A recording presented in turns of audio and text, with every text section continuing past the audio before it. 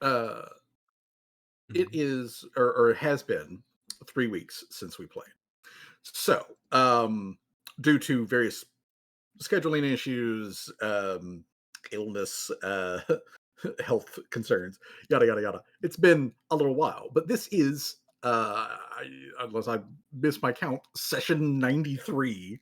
Mhm. It Um, is 93. Yeah. so yeah. So, anyways, previously, uh, the party had left the McMarches, so the devil worshipping dwarf nation, um, which you guys had determined, like the farther and farther you get from the cap of the McMarches, the like less and less hardcore they are about it, like to the point where they're effectively oppressing their own people here on the outskirts in order to like maintain like the secular and religious dominance of the place. And apparently, it is actually so much that they've you guys have come across a second, uh, previously unknown example of the dwarves fucking losing when it comes to large scale warfare. And they apparently got their asses handed to them by a bunch of like dinosaur people in this like hidden valley in the mountain. So like maybe there was like terrain advantage or I don't know.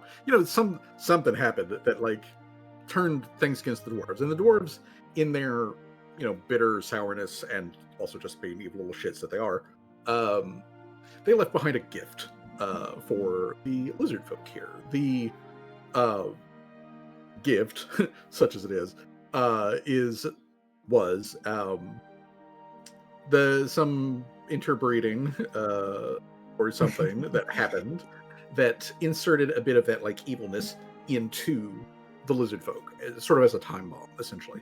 Damn Um, wizards. Wizard and mutants. this resulted, yeah, in the mutation of a small like break off group of the Iruxi. So like you had the normal Iruxi, which you guys like sided with when you got here. They were all like, "Oh, hey, we were expecting like spirits or some shit to like help us out, but we will totally take foreigners with big guns." Um, and the other group of Iruxi, they had started to develop strange mutations and differentiation in their uh, forms, and they were also just kind of like the batshit insane. They were very dedicated to the eradication, apparently, of like everything. Uh, like they weren't like, "Oh, we're gonna take over the world." They're like, "We're gonna watch the world burn." Um, that kind of evil. And in order to do this, or at least get to get that ball rolling, what they were going to do is they were going to summon up the spirit of the local Ashen Spew Peak volcano, which would be a bunch of like living lava that would just roll around and like be a giant slime that's made out of lava, which is bad for like literally 99% of all life. Um, which would include them, or at least most of them, anyways. Some of them are immune to fire, but I mean, like that doesn't make them immune to being crushed by literally tons of molten rock. Dry That part, molten lava. yeah, like that part, they're totally not immune to that bit. They're just immune to the burning bit. Um, yeah, they apparently did not exactly have like the. Oh, I see it now. I finally spotted it. Okay. Anyways, they didn't care apparently if they went down in this process. They were just focused on it, and the other Iruxi were just like, "Oh, we gotta put a kibosh on this. We gotta put a stop on this. But we can't do it ourselves. We can't stop the summoning, and also do something about the evil guys who also had guns that had been picked up from leftovers from the dwarves and whatnot." So you guys helped them out with that.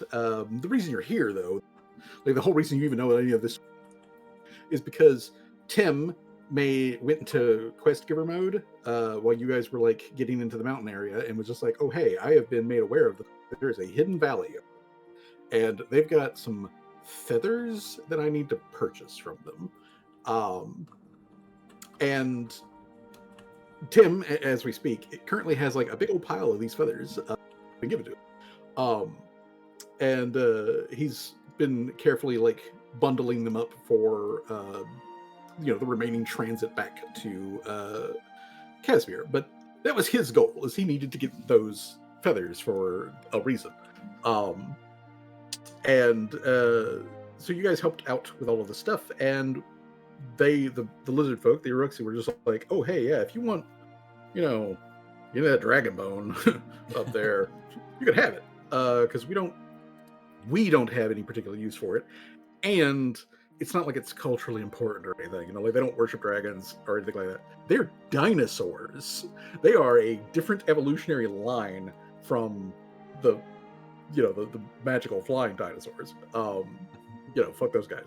So they don't care if you want to like harvest that. Although, again, it would be difficult to get very much of it just simply because of the fact that it is currently sitting in waist-deep lava.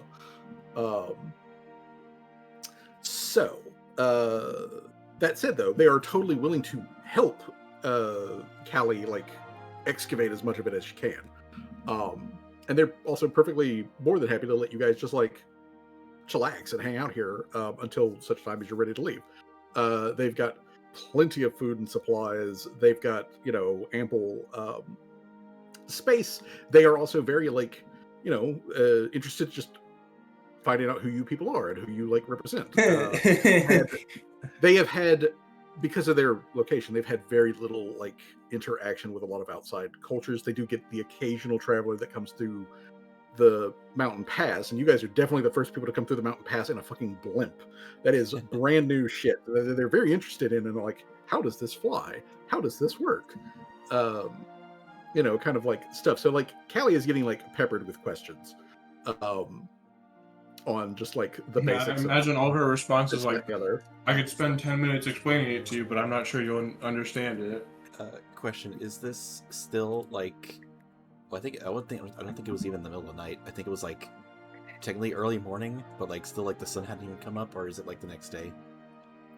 It is the next day, because after the party had rested after the combat, in the morning after they had done their daily preparations, the lizard folk invited them down into the village proper and to this big like pavilion space. They had food as well as stuff that they were giving you guys that was leftovers from their conflict with the dwarves. Okay, yeah, I think I remember that you guys could just do. Whatever you want. I find insane they lost to the dwarves, but then again, they didn't really want this piece of land anyway, so I guess that makes sense. Well, I mean, according to the Uruxi, the dwarves definitely wanted it, although why they wanted it, who the fuck knows? The Murmurer, the guy that's the... They wanted to summon a giant magma demon themselves, that's what it was. I mean, it could have been that, but like the Murmurer, he's of the opinion that the dwarves probably did it just simply because dominance. They I mean, like, they just wanted. If I had to guess, the demon part of their culture was like, yeah, we need to spread our culture, as air quotes, everywhere that we can. Yeah, demonic influence everywhere. The dwarves aren't definitely like, they're expansionist, but they're a slow expansionist, but they're definitely expansionists, and they're also very much the like anybody who isn't us is basically just material that we can use. Mm-hmm. So and even those of us who are us might still be material we could use. They're that kind of like foul. Dude, this fucking sour apple moonshine and Mountain Dew mix is pretty good. Like, what the fuck? Sour apple Mountain Dew moonshine. That is certainly a... It's a weird combination, but it tastes good, surprisingly. Trust me. I've had something like that. I have had something like that. I seem to recall that it was pretty tasty. The one that you have, does it come in a mason jar? Yeah. Okay. It comes in I think I've had the exact same. I think that's the funniest part of the advertising is that the moonshine comes in a mason jar. That is pretty funny. That is pretty funny. All right, so yeah, but otherwise, since you guys are otherwise under no like time pressure, you know what you're doing, what's going on. You are allowed to stay in the valley for as long as you want. They do not. They otherwise do not care, and they are quite happy to host you. They do have like questions for everybody because they want to know about the Empire. They'd like to know like, why are you guys even doing this? You have a big flying like building thing. That's cool. How does that work? How does your other like special equipment work? That kind of stuff. Imagine a lot of it is like I said earlier, I imagine a lot of it is like Callie's like, I could spend time explaining this to you, but I don't know if you'll understand it if I explain it the way I do.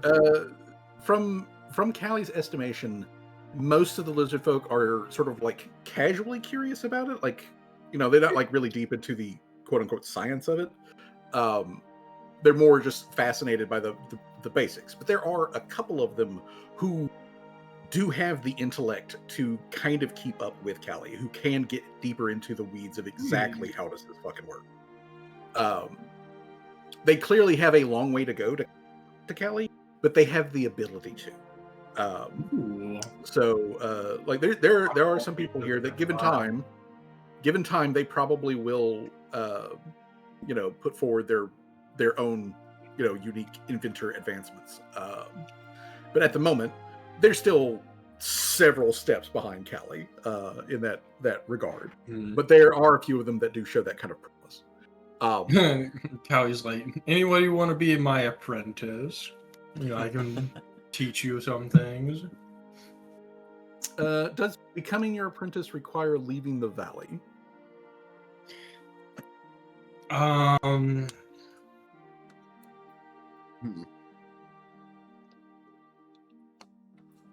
Maybe.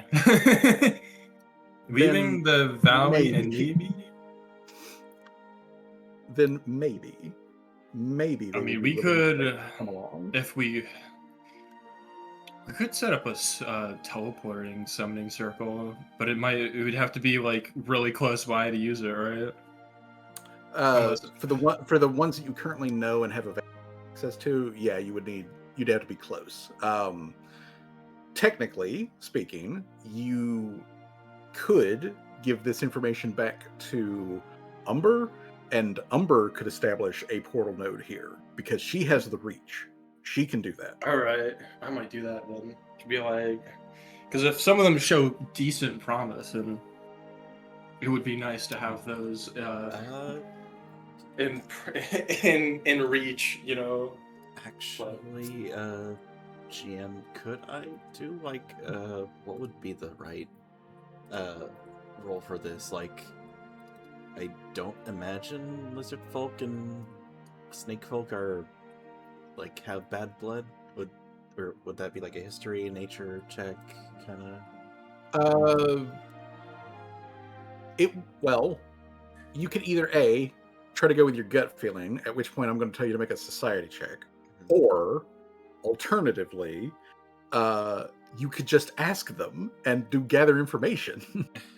Well, I think I'll do the society check first, just to like see, just because I don't want to be like just in case. Just didn't we also establish that these were like different lizard folk than the ones we've been dealing with? Like, because you said these ones are more close to dinosaurs or whatever, whereas the other lizard folk we talked to were closer to like kobolds or something like that. Yeah. Yeah. So that 18 does not give you very much, but as Josh's question brings up, these lizard folk are very different from the other reptilian humanoids you guys have dealt with mostly in the past. These snake folk, they are a completely different branch of reptile humanoid. Yeah. Same way that the kobolds are a completely different branch of reptile humanoid. The Eruxi, like these are straight on Eruxi, and they do have the general appearance of more like Like they've got dinosaur traits. Like you've got like some guys walking around that have like triple horns and like a big like frill coming off the back of their head. The one that you captured, even though he is a mutant, one of them, he still pretty much looks kind of like an ankylosaurus. Like he's got like armored plates and there's a big knob on the end of his tail. Oh my!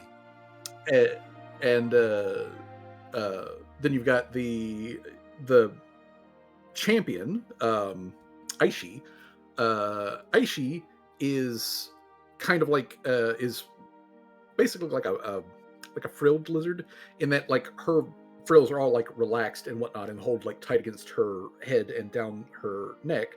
But then when like she wants to be impressive looking or whatever, she can like spread the frills out and they're like all rainbow colored and That's cool. all that kind of like stuff. So like, and some of them do have feathers, like down their arms and stuff like that. None of them have wings, but some of them do have feathers. It's just a natural body covering, and that is the feathers, by the way, that like they've given to Tim. They've just given him shed feathers from them, which is apparently exactly what he wanted. And So I don't explain why, but okay. Yeah, he did explain that this information was given to him from Alma, and that apparently this specific group of lizard people a long time ago did trade with the Venarans to the north. So at some point they did have some sort of like trade going back and forth, but that was a long time ago, like multiple generations ago. So apparently, though, the Venarans kept hold of the information of where this place was and who these people were, and something to do with these feathers. But yeah, like Aishi, like I said, she's kind of like a sort of like frilled lizard. She's extremely colorful. Like think like a macaw parrot, kind of like bright, flashy colors. She's mostly pink, for her main like body color. And then like the murmurer guy, he literally looks like a walking, talking T-Rex. He's got kind of like a hunched posture. He's got a very like broad, thick tail that doesn't drag. Yeah. These guys definitely seem like the type that we would want to ally in case of something, but also just because they're just cool. So. Yeah, these aren't just otherwise nice people, and they are, like I've said, they're extremely thankful for the help that you've given, but they're not like helpless by any sort of means. It's just that what they were up against was too much for them to handle. I guess but yeah, what's left is Callie asking Rosie, like, hey, can you ask Umber to set up the thing? Is she asking the lizard? I will. Well, first, I mean, if I think I'll ask them first, since I'm thinking about it. I'll ask them first to be like, you guys don't have like any bad blood with like Lamias, do you? In the past or the future or the present, like that? The murmurer like scratches at his chin and he's like, Lamia? Hold on a moment. Let me consult my book. And like he goes in and gets like a big old book and he like flips through the pages a little bit and like reads a little Lamia, and then he says a word in the Uruxi language. And he looks back at the book and he's like, just to make sure we're talking about the same thing here, you mean very large, half snake, half humanoid women, right? Yeah. Those. Okay. Those. We have had a couple of encounters with these were mostly individual encounters in the wild, kind of like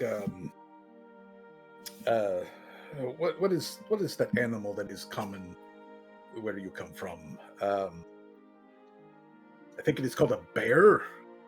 A large carnivore with big claws and things. So these were not like These were not wars. These were not battles. No one swore vengeance. Not that I'm aware of. If the Lamias swore vengeance, they never told us. And we haven't had an encounter with them in at least 2 generations. It's been a while. So, I would say to your question, no, not currently have any bad blood with Lamia. Why do you ask us this? I was just thinking of how we're friends with Alambia, and since y'all seem like really nice people, I wanted to ally with you by setting up a teleporter network with y'all.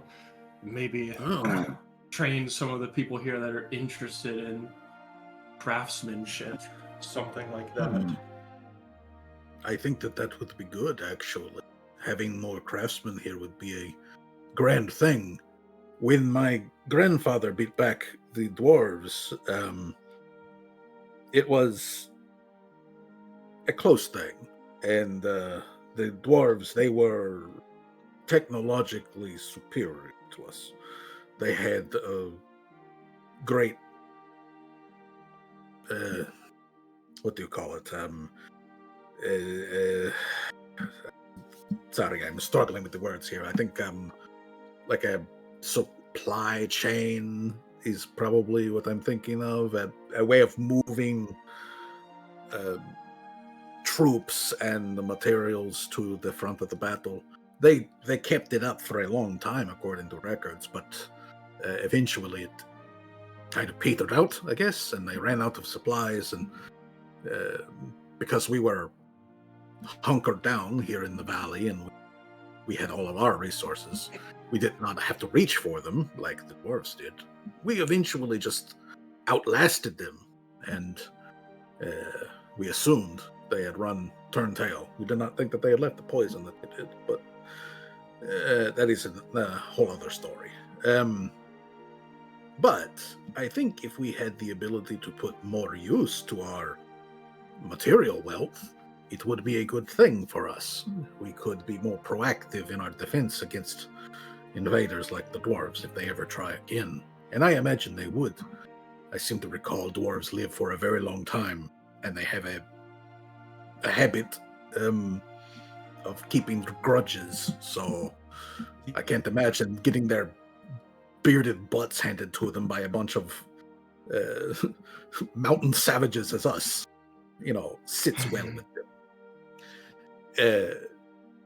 I have nothing against this idea of creating this magical portal thing. I would like some more details on how specifically it would work. I don't want, to accidentally burn down part of the jungle. Ours is a robust, but also kind of fragile ecosystem.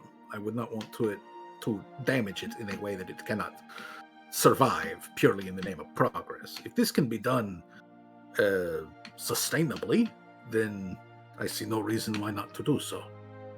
Like I say, I have no problem with a Lamia ally who is capable of doing this. So, if this is something you would like to set up, I would be interested in going over the details. All right. I am very interested. And then she turns to Rosie and is like, we might want to inform Umber of this just so we can get more of the details to them back and forth, All right, and I guess after a bit of explaining the situation to Rosie, she will ring Umber through the little mental phone line they have. Okay. You call up Umber, and after a minute or so, Rosie gets the signal connect feeling from Umber's end, and there is an immediate flood of anticipation and concern and like all that sort of stuff as Umber like cues in. Is just like, what's wrong? What's going on? What's up? Everything is all right. Well, we had a bit of a, what do you call it, a sidetrack or a road bump. But the details aren't important. What is important is we may have a potential ally. Do you know of the out of character, what's the name of the lizard folk again? Well, in general, they're just called the Iruxi. The specific name of this tribe. Let me grab that real quick. Let's see here. Let's see here. Where is? They are this specific tribe is called the Turwa. The Turwa. Okay. Turwa. I'll write that in the notes or something. But she, are you familiar with the Iruxi that live in the mountains in the dorsal range? That's that's a good thing to roll for her. Let's find out. Let's see here. I would be shocked if she rolled low. She'd be like, dude, what the fuck are you talking about? Ayo, what? Let's see here. That would be her most appropriate thing would probably be through her occultism. So let's give us a roll, Umber. Oh, that sucks ass. Yeah, so you ask her that, and then she's just like, hold on, that sounds vaguely familiar. Let me consult my notes. I'll be right back. And so Umber hangs up, and then 2 minutes later, she pops back onto the phone, and she's like, okay, I checked my notes, and I've got a couple of mentions of lizard folk that live in the mountains, but it's, well, nothing of it is concrete. All of it is more old wives' tales, trail legends, that kind of thing. You're telling me they're real? Well, I am sitting across from them. We helped them stop the dwarves from summoning up a fucking it lava wasn't demon. the dwarves. It was evil, demonic, other lizard folk. You're right. Sorry. We helped them stop a fucking lava demon from being summoned out of the ashen spew, but they are interested in trade, and while we are already running this task to set up the portal network, perhaps this location could be a pretty strategic point.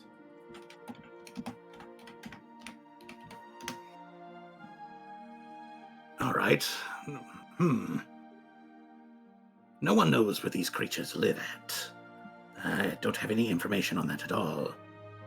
If they've got a community or a safe space or, I don't know, a hidden cave, setting up a portal network there would be beneficial. I had one kind of previously, but the whole, war with the Empire kind of destroyed that entire thing. It would take me a little while to get forces out there to set it up, but if you can give me details, I would need...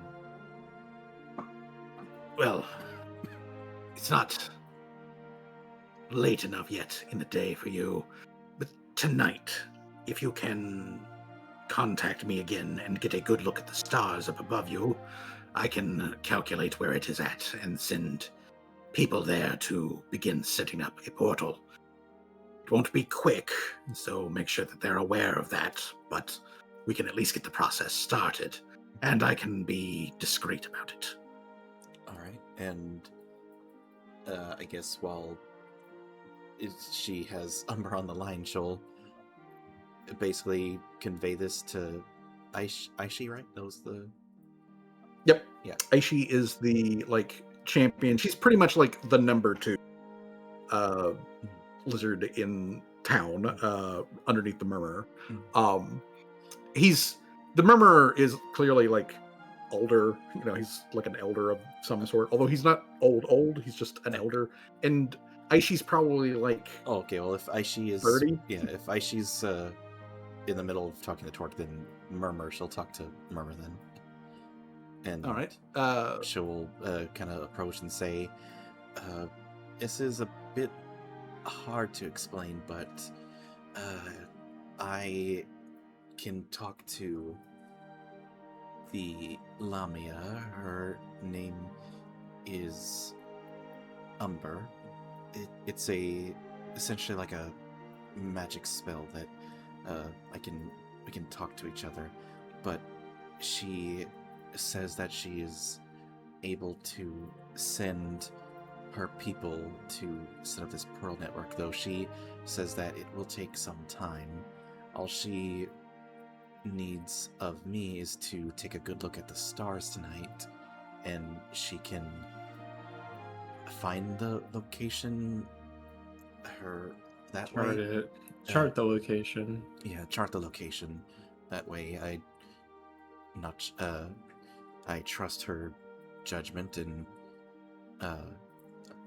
we could work out some signals that way, there's any accidental scuffle.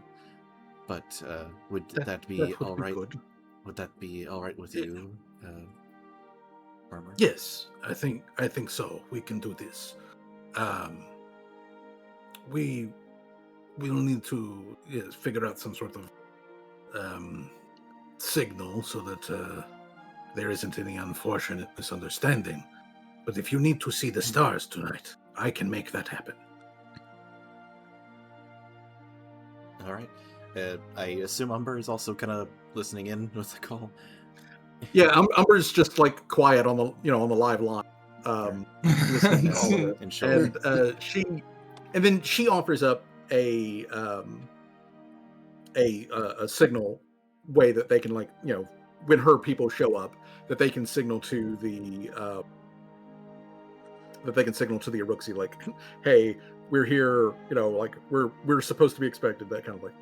So Umber via Rosie discusses some options for making the signal and all that sort of stuff, so that they will know who is who and will be able to come in.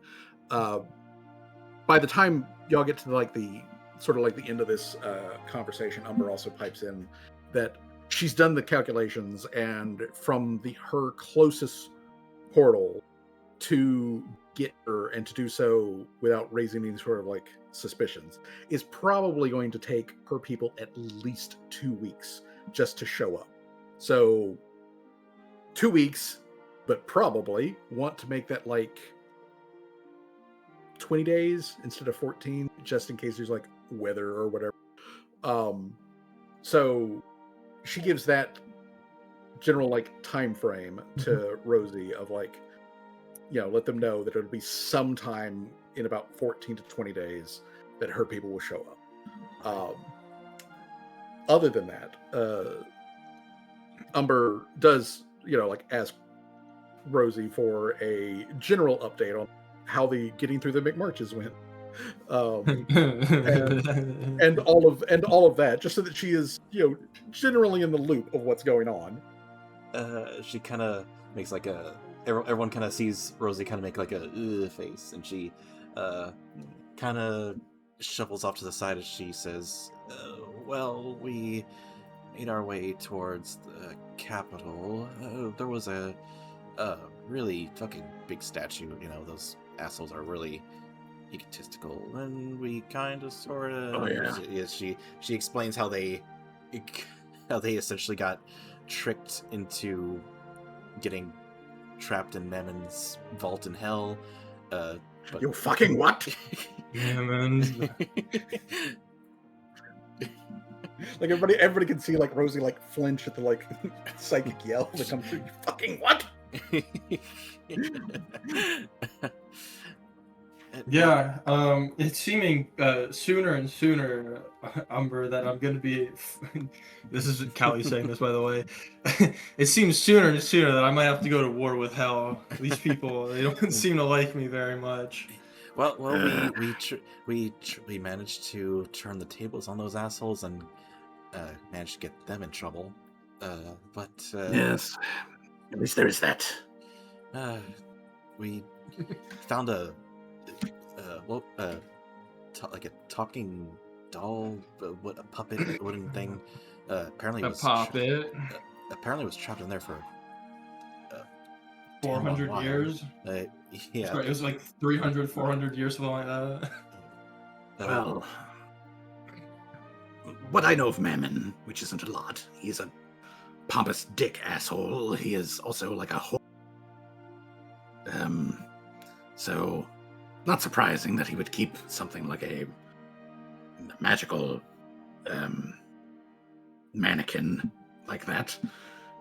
Although, I do wonder how he would have gotten his hands on it. There might be something to ask that mannequin at some point. I don't mean to sound paranoid, Rosie, but you never know with devils the layers of plans that they put together. They're forward thinking in a way that is almost respectable, but it's never for the good. So cover your bases and watch your ass. This is actually probably a good time to mention the orb they got. The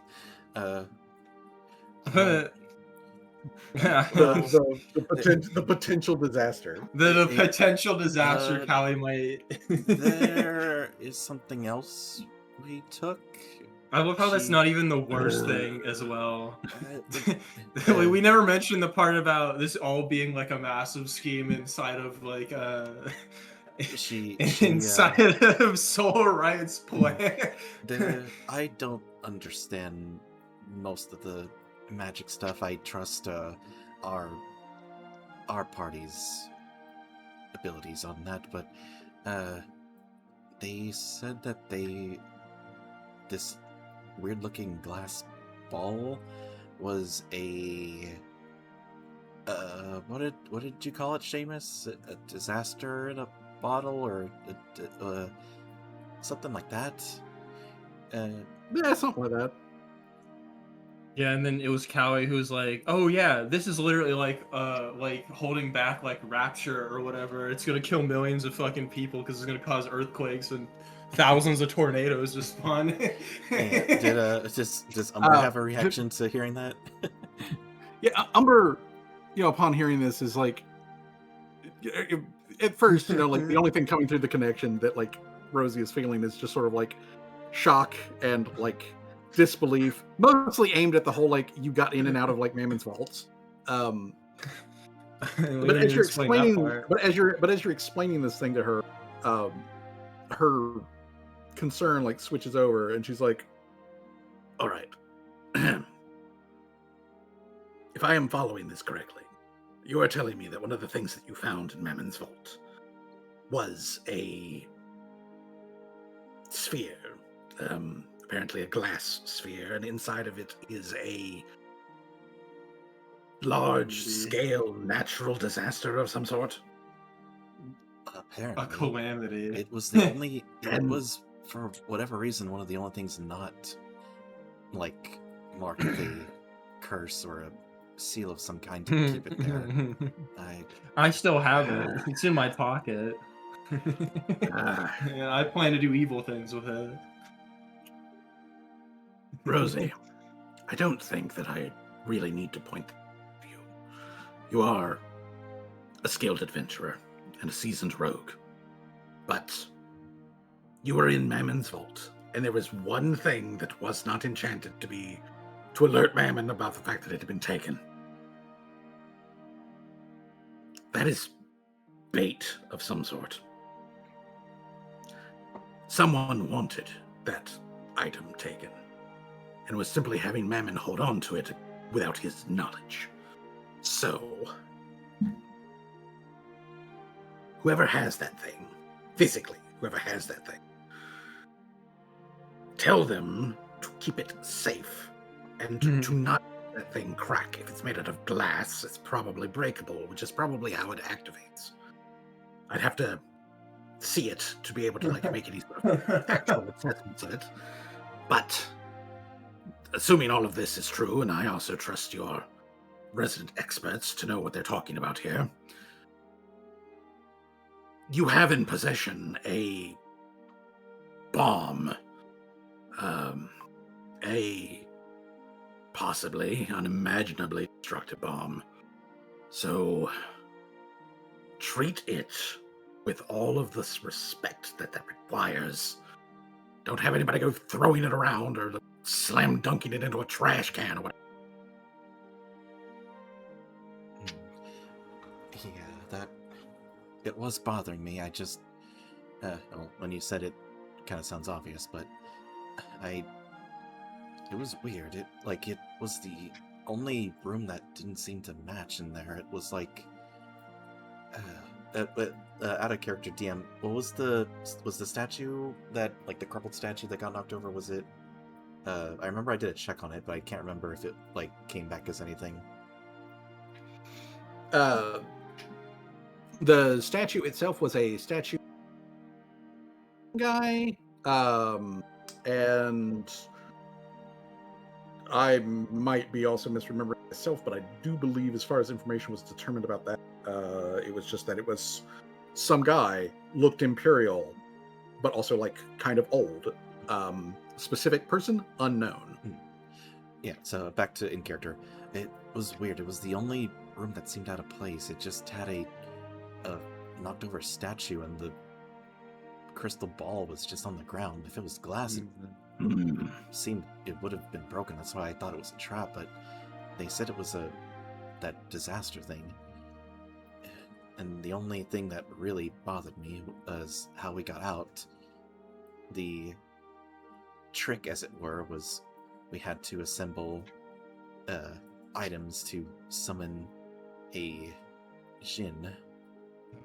That's not how it was. Callie says no, I had to use all of the oil in a genie lantern to summon a Jinn that knew about us because Soul Riot told him about us in the past to talk to us about events that happen in the future. That was my bad. So that's right. The trick was for us to get the 4 items, but that was the trap. The real thing was for us to get the lamp. But so wait, what was the 4 items then? We still needed to get them, right? Or no? We needed... Technically, you did need the items in order to the ritual, but as y'all determined from the fiends, that their plan, like their secret plan, was for you to collect the items and then to leave with the items. That was part of the dealio. All right, so back from the top. But,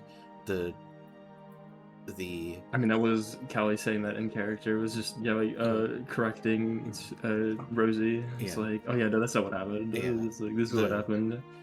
No, the term actualities.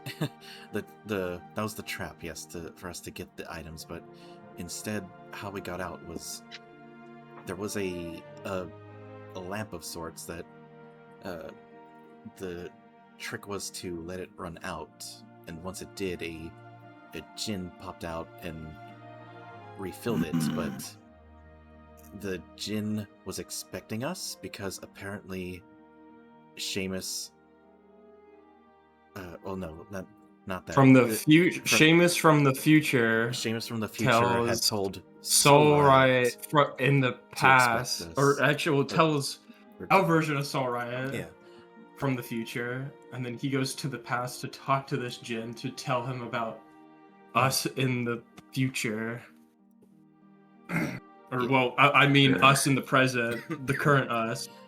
Yeah. Okay. Sorry if I'm a little sick, but yeah, that's essentially what through Rosie and kind of Callie actually correcting the thing, because Rosie doesn't really understand magic that much.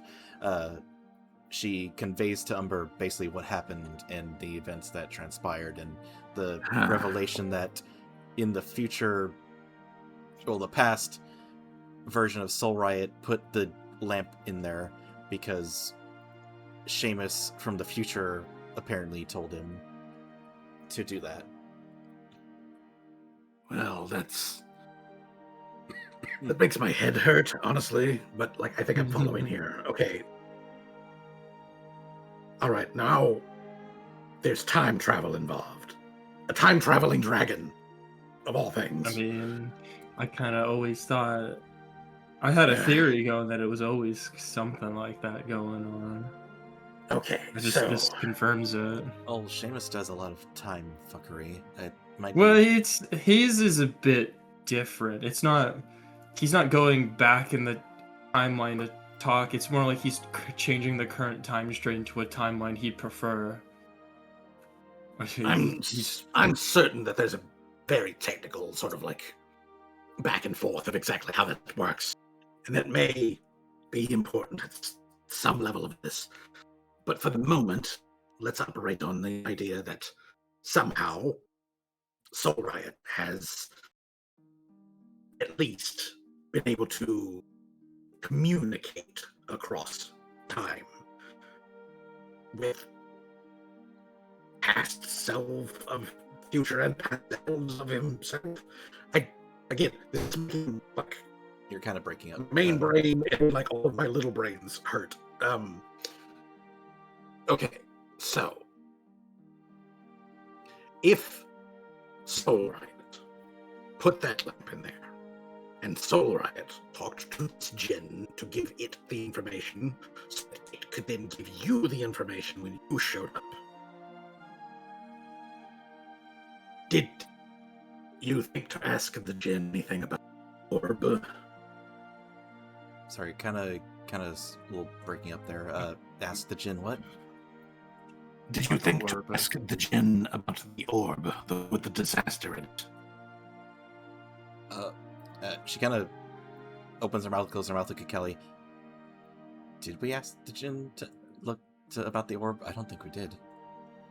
Nope, because it wasn't even on my mind. Fuck. But I did ask it if it knew what Soul Riot's plan was, to which it said it didn't know. It only knew what it told him to say. Oh, it did tell us what he wished for. Yeah. Which was to speak to us. Well, okay. And also a big dick, apparently. All right. Okay.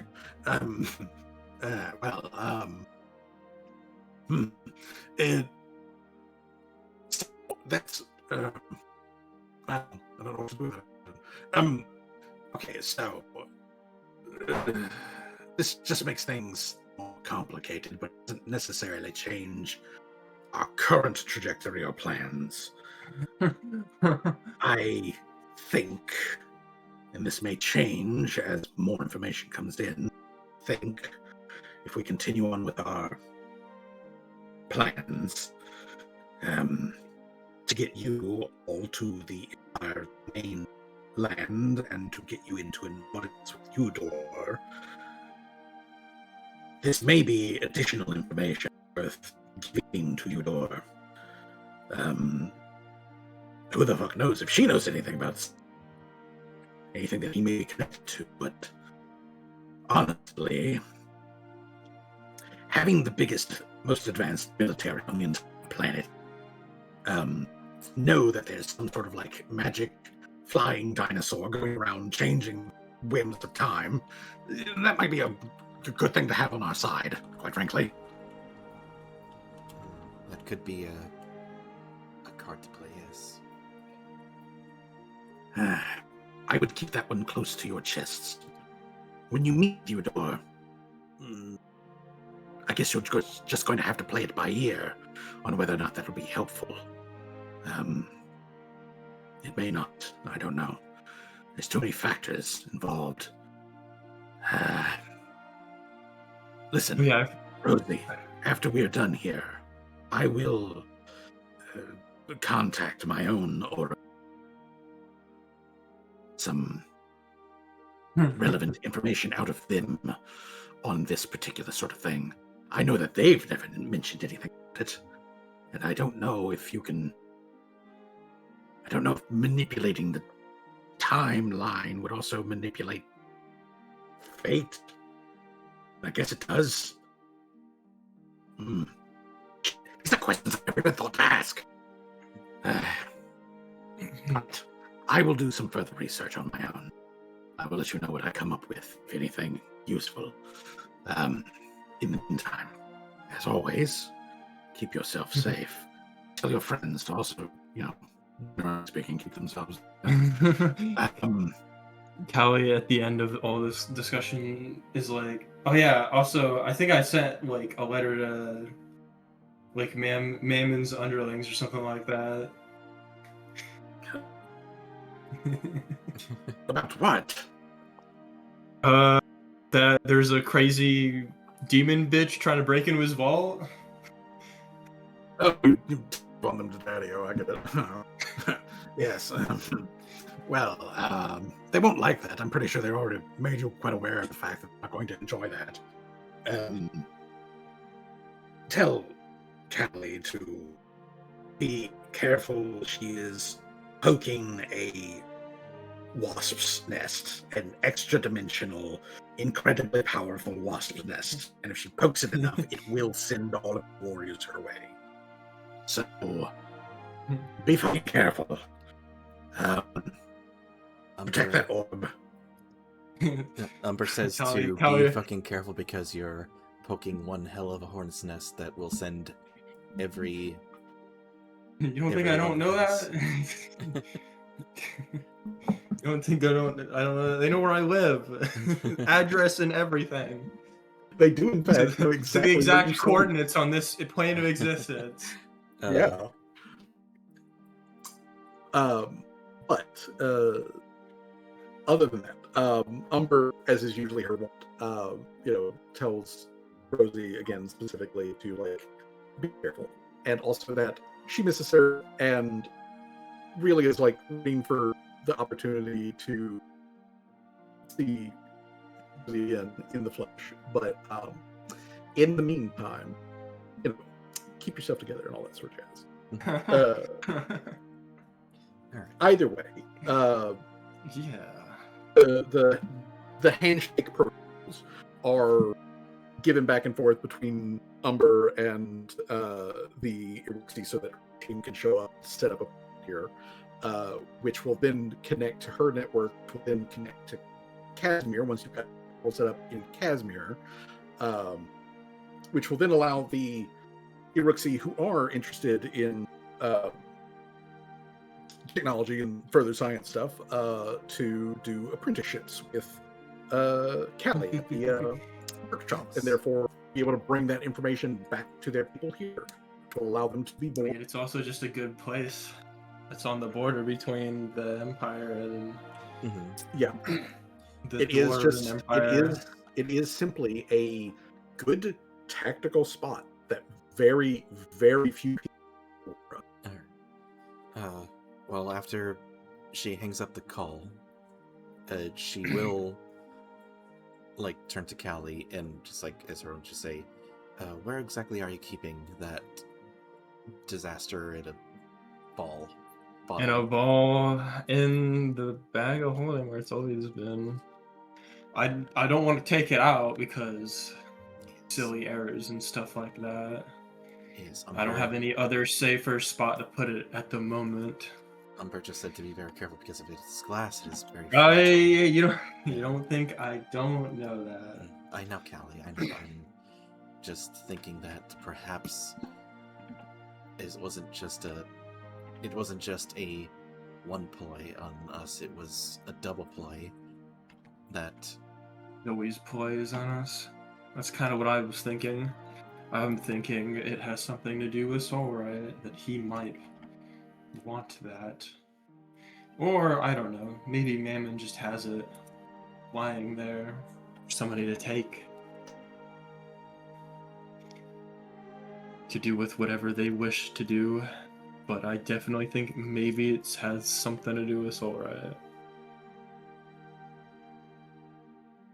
Maybe. Well, what we do know is that we have this thing now. We can't exactly just put it back. We have to make sure that Soul Riot or those fucking demons or whoever doesn't get a hold of it. We do know that he wants revenge on humanity, humans. Out of character, is that like that was kind of what Vindig said, right? Like that he wanted, yeah, like, revenge on humanity or something like that, right? Some kind of comeuppance. According to Vindig, and this was said literally physically several months ago, but according to Vindig, Soul Riot's general sort of like shtick is that he has some sort of very deep-seated argument, or like he's recorded some sort of slight or something that humanity in general has fucked with him, his family, dragons at large, or whatever, and that he wants to make, square with that. And he has very grand, blossoming plans, which Vindig is not like privy to any of the specifics of that, but it did involve occasionally reaching out to other dragons. Some of those dragons were open to listening to Soul Riot and potentially offering aid, although again, Vindig was clear on what aid was. Some of those dragons told him to fuck off. And those dragons didn't do any business with him. So you do know that at least some dragons, like a small handful, were at least open to listening to Soul Riot's jibber jabber, whatever the fuck he was trying to sell them. But a bunch of other ones told him to fuck off. You also know specifically that the Cloud Dragon that currently lives somewhere near Umber's domain, you know that she is one of the dragons who told that, and also considers him to be like an old pervert. Yeah. Then she's also he used one of his 3 wishes for penis enlargement pills. He is a pervert.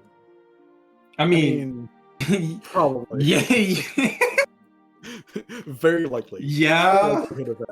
Very high likelihood. I love how the Jinn was very keen on telling us this information too, which I think is the fucking weirdest part of that whole interaction. Well, and he was fine with us finding out too. He was like, "Yeah, I got a big dick." Like, buddy, apparently we fucking get it, okay? Like, you'd be surprised how many people wish for that. I mean, yeah.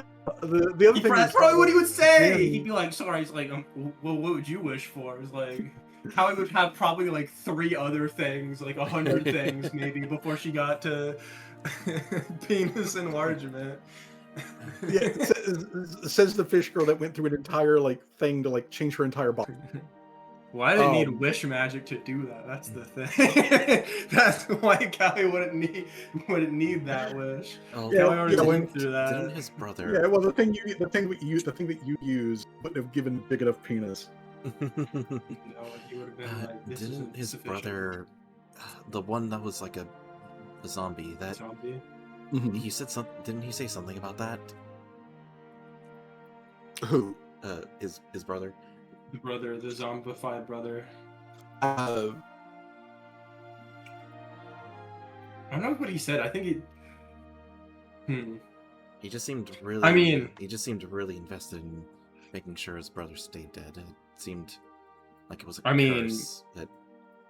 Honestly, I mean, if my brother died and came back as a zombie, I would do everything in my right to put him to rest. I wouldn't want to see him constantly being a corpse. This kind of both in and out of character, but did we find out Did we investigate?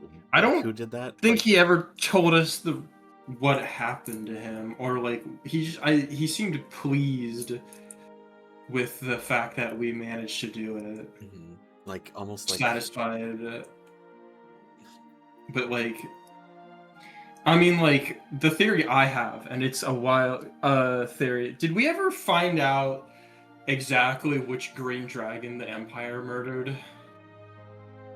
The one that's like their whole fucking like legacy, right? Like the fact that like they have, because like if I remember correctly, because it correct me if I'm wrong. It's been fucking ages since we talked about it. The whole like their whole identity is like a hero like so long ago when the Empire killed a green dragon, and that's why it's on their like their symbol. It's on everything, right? I want to say like, that we did check and it was like a different dragon, but would that be that's what I'm well, that's the thing. I'm thinking that, right? But at the same time, it's like, well, why? What else would cause his huge disdain for the world, right? Maybe they didn't. Maybe the Empire did kill his brother, but it came back cursed this time, or something like that. Would I? And now he wants. If I would roll to think about that, GM, would that be society, history, or oh no, it doesn't have history. That's right. I keep thinking D&D terms. Some kind of other check. Yeah, like what role would I need to do to figure this and like rack my brain, be like, for this and for like to try and think about like exactly if the green dragon. He crashed, guys. He crashed. Oh shoot! Damn it! Damn it, guys! He crashed. I knew the audio was kind of messed up. Well, we were kind of going on a good train of thought there. That's. I think it feels logical. Mm-hmm. But at the same time, I don't know. It might have been confirmed that it wasn't his brother. Yeah, because that definitely feels like a question I would have asked earlier. Is if the green dragon that the Empire killed was the same dragon? I think that was Soul Right's brother. I think that was a question we did ask. I could be misremembering, but I want to say that like in the legend was a different dragon than Soul Right or his brother, but maybe it was like their father or something. Who knows? It could very well be, because I mean, like they are like Soul Right is a green dragon. His brother was a green dragon. There are no more green dragons around. There's very few dragons around anyway, because like a lot of the different peoples, at least from what Fuzzy told me, that they hunted them down basically until there was only like a dozen or so left. Yeah, like they're not exactly extinct, but they're rare. They're not. Yeah, the age of the dragons is very well much over.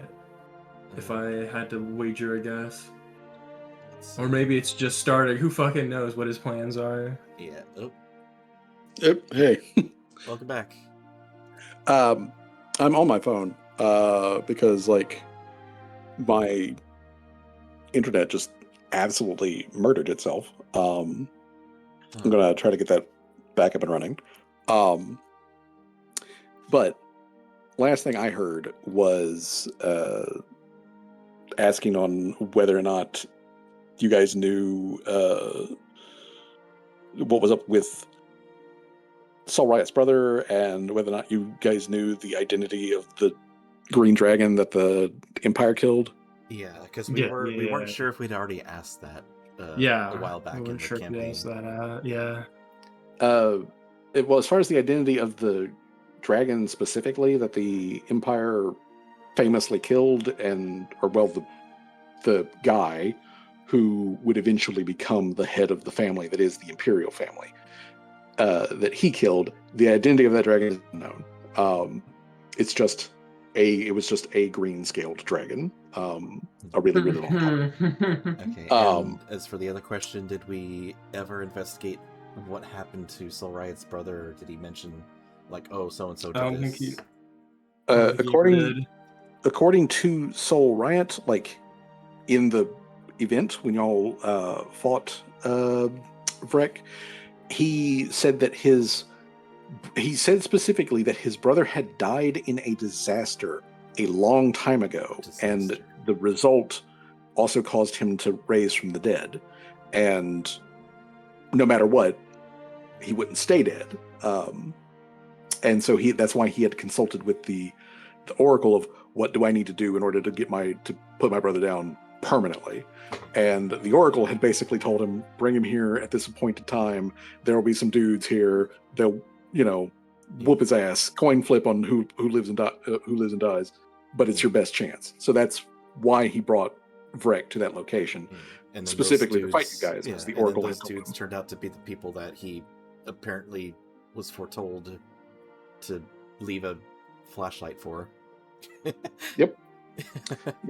So either A, the Soul Riot that you talked to in that event didn't know that information yet, or he's a really good actor and just played it out that, he didn't know, other than that one other time that y'all had interacted briefly. He didn't know anything. So I mean, whatever the case was, a reckon or not. To be fair, he did kind of be like, he's like after we kind of like no-you'd him with the whole ambush to his ambush, he just kind of like smirked and flew off. So it kind of seemed like he yeah, that seems like somebody who's kind of knew what was gonna happen, but we can't really know for sure. Yeah, he seemed at least very confident of the results. Yeah. Anyway, if that's all we know currently,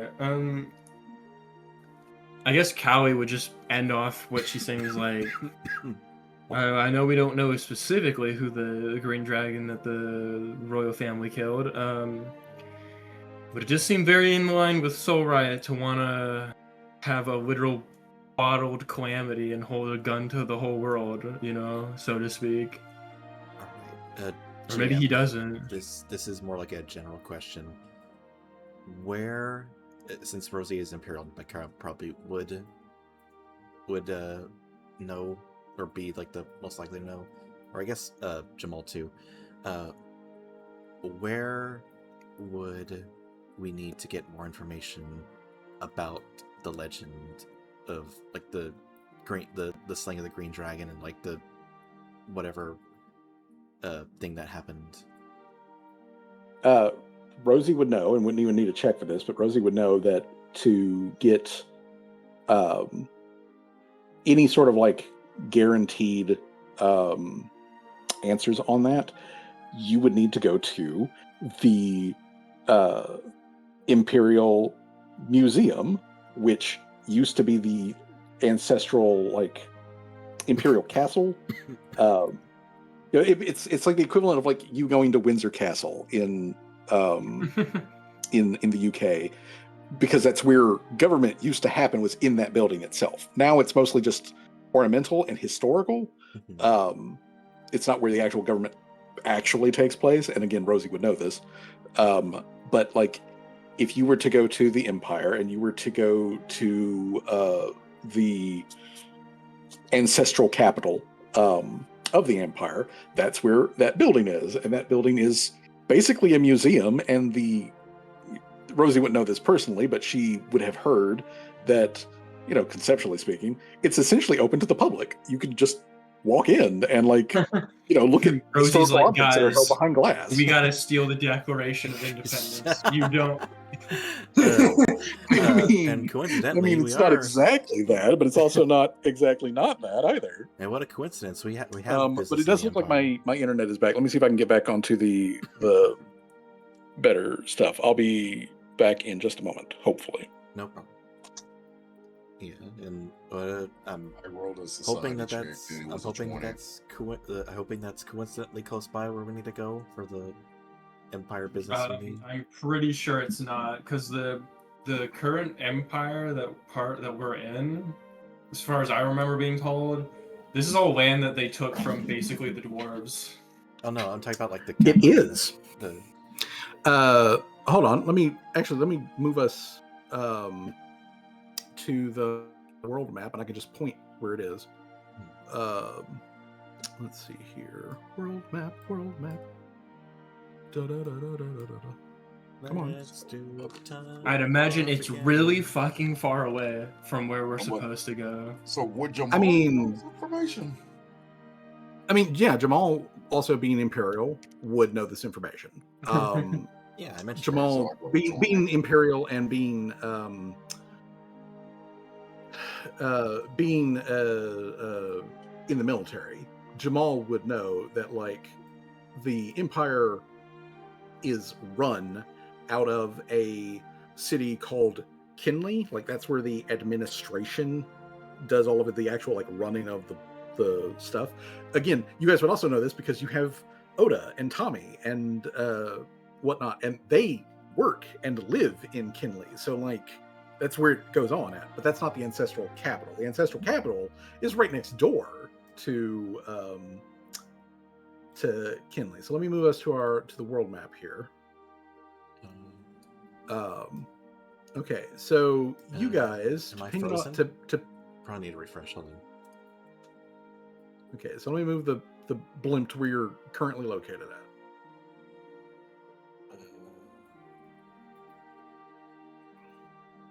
I'm seeing everybody on the same page at this point. It's telling me everybody. I'm there we on go. it. Yeah, I just had to refresh the page, probably because of the crash. Okay. Yeah.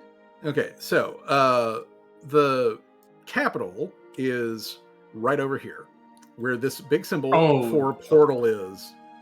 Yeah, nowhere near where we need to be. I kind of figured. figured. Well, the idea actually is what you're going to do to refresh everybody's mind is that you guys are going to come back over here to Casimir, which is up here, and you're going to use Umber's portal. But we're going to do the Minecraft thing of like breaking the obsidian portal and moving it to a new location. And by doing this, that will allow you to then hijack the portal signal that goes from Harham back to the capital. So essentially, you guys are going to pop out of this portal down here. Oh, jeez. All right. I see it. Yeah, so you're going to pop out at that portal. We're going to go rob the Declaration of Independence. I mean, honestly, Callie wouldn't be opposed. Assuming things We're going to go steal the sacred text. Yeah. That'd be a great first assuming things go to function. Yeah, assuming things go to great first impression. They probably already have me on a list. Watch out for this fish girl specifically. I mean, if hell has Callie on a list, I imagine everywhere else would. I mean, mostly. But yeah. So just to recap all of that real quick. You know that Soul Riot has been fucking with time on a greater scale than what Seamus normally does. Like Seamus makes small playing, like, adjustments the uber here and long there. Game. He's playing because he lives for fucking forever, basically. Yeah, so Soul Riot, being a classical horned dragon that he is, he has a theoretical lifespan of like multiple thousands of years. If somebody doesn't take his ass out, and he is at this point an elder dragon. So he's already been and so theoretically he hatched sometime shortly after the establishment of the Empire. Obviously you don't have like any sort of like specific dates, and frankly at this point asking for those specific dates is really suspect on the answers you get. Yeah. But just given his age, assuming that he has to progress through time, whatever else he may be doing, he still has to progress through time. He's almost as old as the Empire is itself. Almost. You do not know the identity of the Green Dragon that was 100% factually murdered by a early hero of the Empire who became the royal the reason why this is called the Castburian Empire is because the guy who killed the dragon, his name is Castor, or his name was Castor. He killed the dragon, and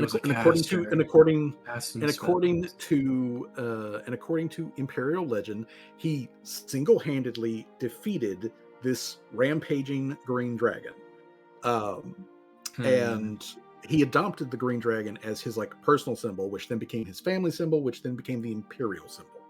So that's why on like the little badge that Rosie has on her ID, there's a little tiny green dragon like stamped in the corner. That's why. But you don't know who that specific dragon was. obviously it couldn't have been Soul Riot, because Soul Riot at that time would have been a hatchling when that happened.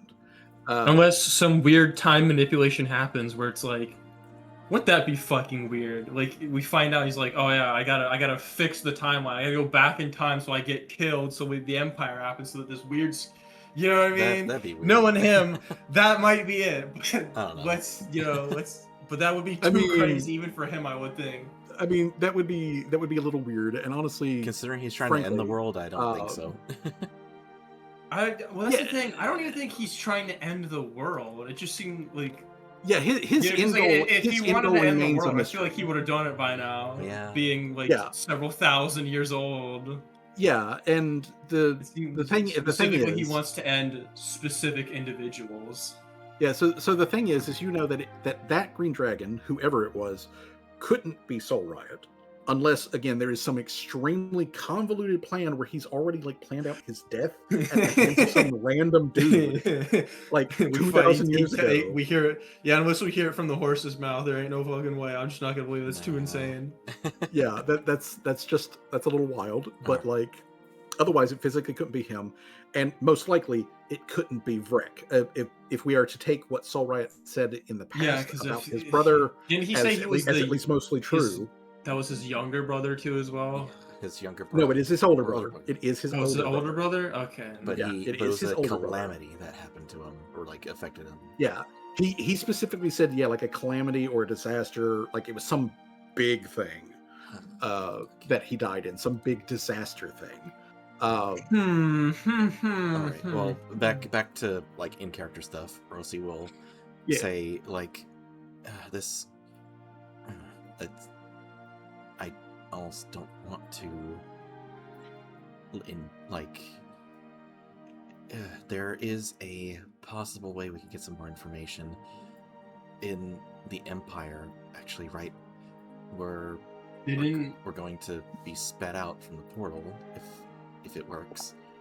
Are we doing that before or after we speak with Soul Riot? Because remember, he did tell us that he wanted to meet us in Harham. Oh wait, hold on. This is in character, by the way. This is Callie speaking, not me. Sorry, like out of character, if that is the thing, I've probably forgotten. Yeah, no, he literally said that the Jinn told us he wanted to meet us at a specific day, on a specific day, at a specific time in Harham. Oh, damn. Sorry, I would have mentioned that to Umber if I had remembered. My bad. Yeah. We'll just say that got spread over. Okay. So then too much butter spread across too much bread. Harham is like not that. Is that in the Empire or not the Empire? Not. Yeah, that's Harham? In the Empire. Harham is the capital city of the Saizon Earldom, which Earldom is what they're being called, but you can think of them as like a state. Mm-hmm. So Saizon is a state, and Harham is the capital. It's like the Dallas Fort Worth of friggin' we also have a letter to deliver and. Well, we don't have to deliver it. That's the Poppet's job. Oh, yep. The Poppet, Alex Xander. Alex Xander. Alex Xander is a delivery guy, and he has a letter to deliver to his. He's got a letter to children's children. It's children. Now out of character. Oh, now I want to know what the letter is. But okay, so. He's never opened it, but he does have it on his possession. I guess if we could go to the world map again, so I could see more. Okay. I'm pretty sure that's also in Harham, if I remember correctly. Yeah, or somewhere around it. No, the address is in Kinley. Oh, it's in Kin. Okay, well then I guess what will happen is we'll have to hit up Harham after that, and then we go back to Casimir and then hit up the capital, I suppose. Unless you want to hit up the capital and then go to Harham. Yeah, I'm just trying to figure out what keep our dragon friend waiting and pissed off and. Yeah, definitely don't want to piss off the dragon. All right. So The dragon that's fucking manipulating the time stream and the timeline, So yeah, we need to go.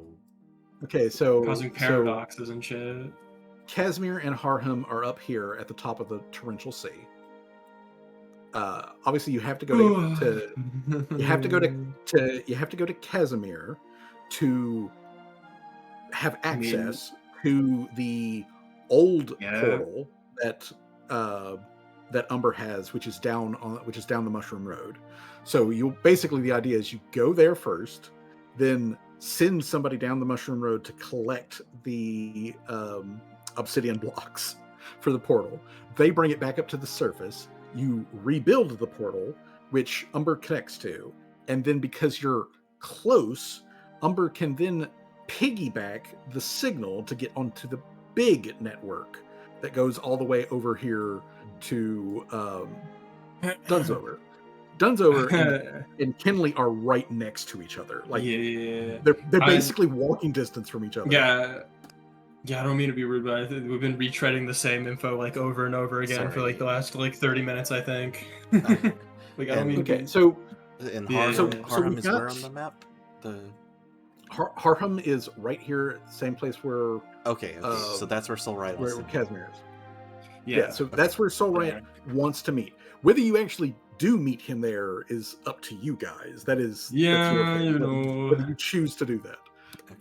You don't technically need to go to Harham for any part of this because, like I said, the Umber just needs her physical portal to be physically close enough, which Casimir is within range, for her to be able to piggyback the signal that's coming out of Harham. So technically, what is going on here is there is a private portal in Harham that connects back to the main network that goes all the way back over to the Imperial capital. Yeah. Umber is basically setting up a pirate signal to hijack it so that you guys can then just skip going through the private portal, which is going to be surrounded by an absolute army, like an actual literal army. So y'all are skipping around that and just basically portaling right back into the Empire's backyard, and then you're going to walk in to the, where the government happens, find the Empress and be like, hey, yo, Empress, we've got papers to give you. And all of this information comes conveniently from this lady named Umber. She would just like you to shout her out on your podcast or whatever. Yeah, that was the part I was getting mixed up on. Okay. With the... Yeah. Okay. So the thing with meeting Soul Riot is optional to you guys. Whether it's optional to him is a whole other question, but it is optional for you guys on whether or not you actually show up at the appointed time period. Do I want to even talk to him? Well, I guess that's the in-character thing. That's the choice we gotta make when we get there, I suppose. Should we... Technically, we could do both. We could speak to Soul Riot, listen to what he has to say, and then go to this museum in the Empire and possibly dig up some dirt or information, and maybe get some facts that he might be keeping a secret. Or we could just skip all that and head straight to the Empress.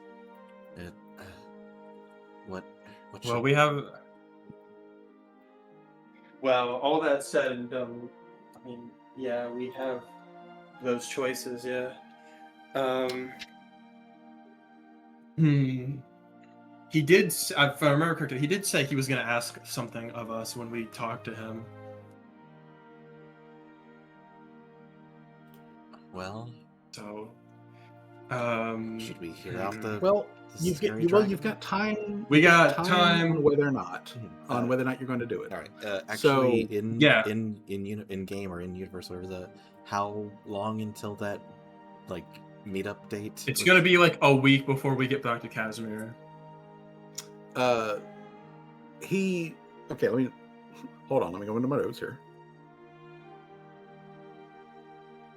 Okay, so he wants to meet you guys in Harham to talk on April 20th.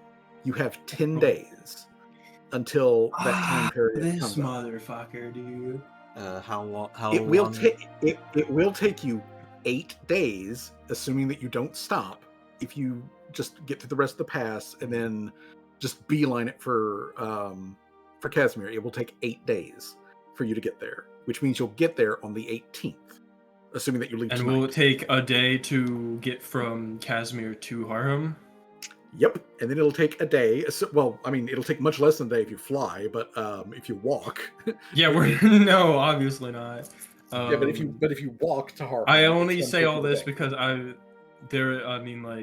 we're still probably gonna spend a day here in the village anyway. Yeah, That's what I'm so we're asking. pretty much gonna arrive exactly when he asks. So it's like he knew. Fucking course. Fucking course. Of course, unless you guys just languish say no here in the village. I mean, we could always just say in the fuck village. fate and Yeah, unless or it comes like, back and bites us in the ass later, you know. or you want to like stop and check out any of the stuff that's on the other side of the mountain pass, or you get to Casimir and then just like, yeah, fuck it, we're not gonna go see him. If he wants to talk, he can come here. Yeah. You know, so yeah, that is up to you. But you know that comes up on the 20th. Okay. So, all right. Now that we're talking about like time and travel and stuff, let's get down to some nitty gritty for that. Does Callie want to take the rest of this day to harvest magma? That's dragon exactly what bone? I was gonna do. Yeah, I'm gonna spend the rest of the day with the help of the other Uruxi to harvest as much as I can. Then I would. And then when it gets nighttime, we can have Rosie do that whole mapping of the stars thing. Okay. So then, I will need Callie to give me a crafting check. She is getting assistance from the Turwa in order to help with this. That's more than enough. All right. Okay. So, Callie, you gain enough magma dragon bone material that it is worth 400 GP of building material that can be used towards anything that would otherwise be metallic. So anything that you'd otherwise use metal for, you could use the dragon bone, and you don't have to physically pay for it up until after that 400 GP is used up. GP, I'm gonna just put this in the loot magic items. Well, 400 GP of dragon magma. Yes, and I will also copy there into the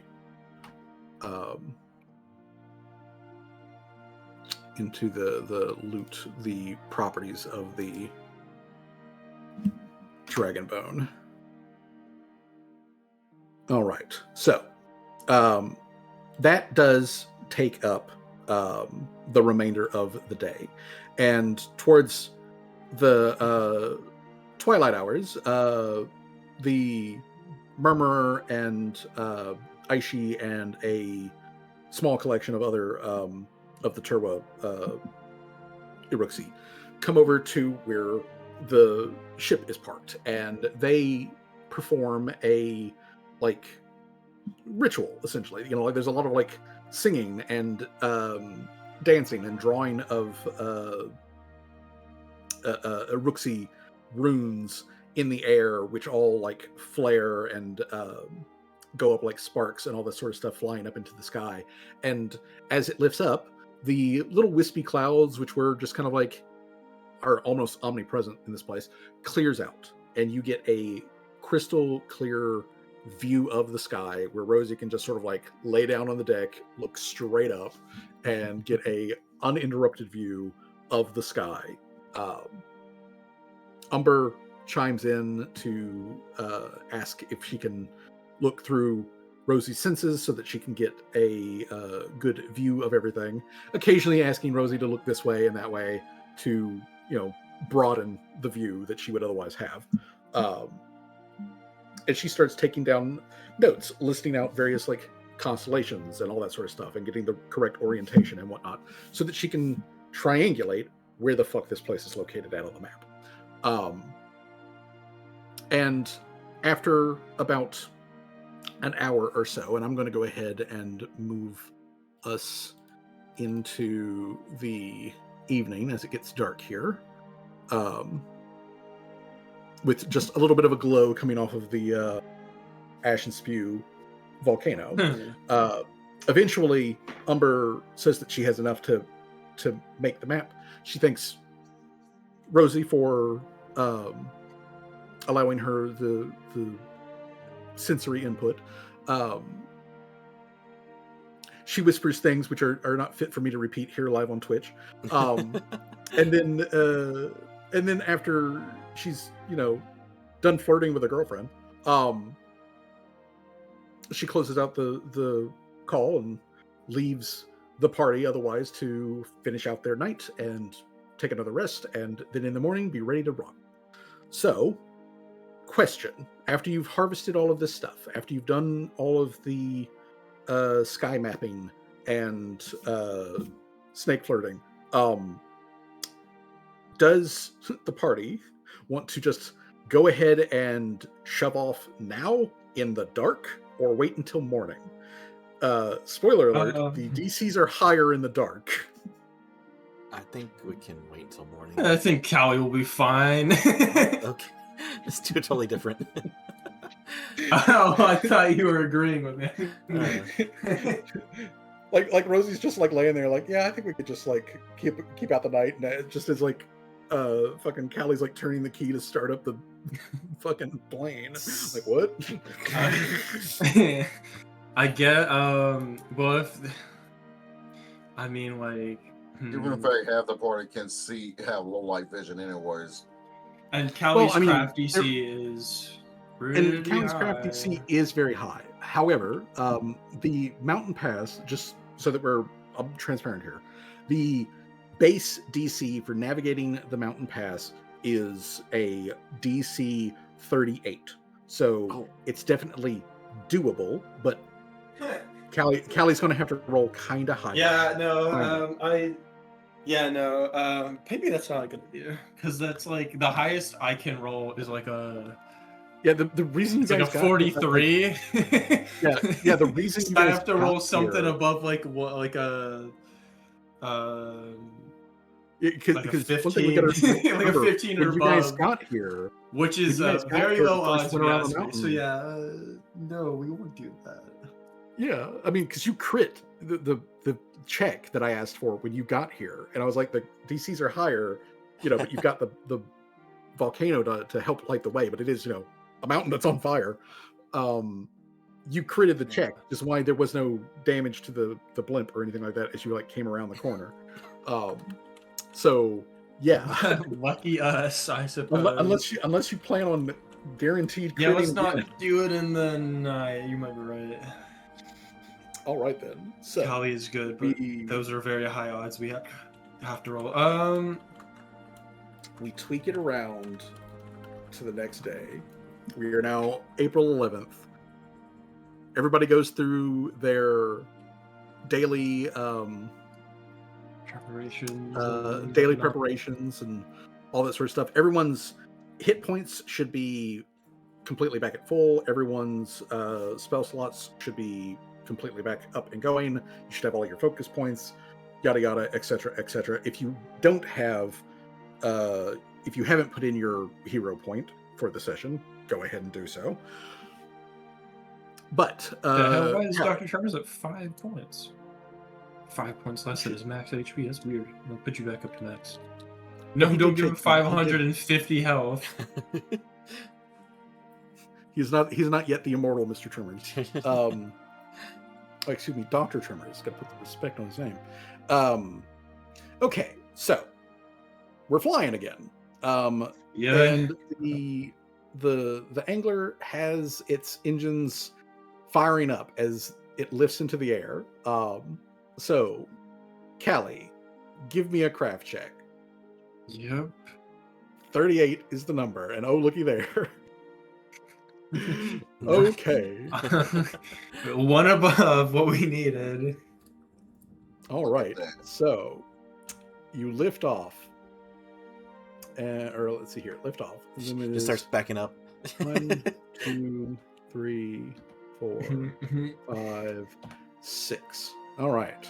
So, this brings us actually all the way to basically the end of the day by the time you get here.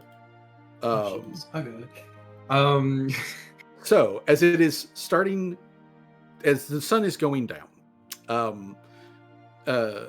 you're coming out of the mountains, and as you are coming out of the mountains, the environment is changed. You see plants that are more familiar to you guys, being generally speaking from this area, and it is very clear though that this land suffered during the war.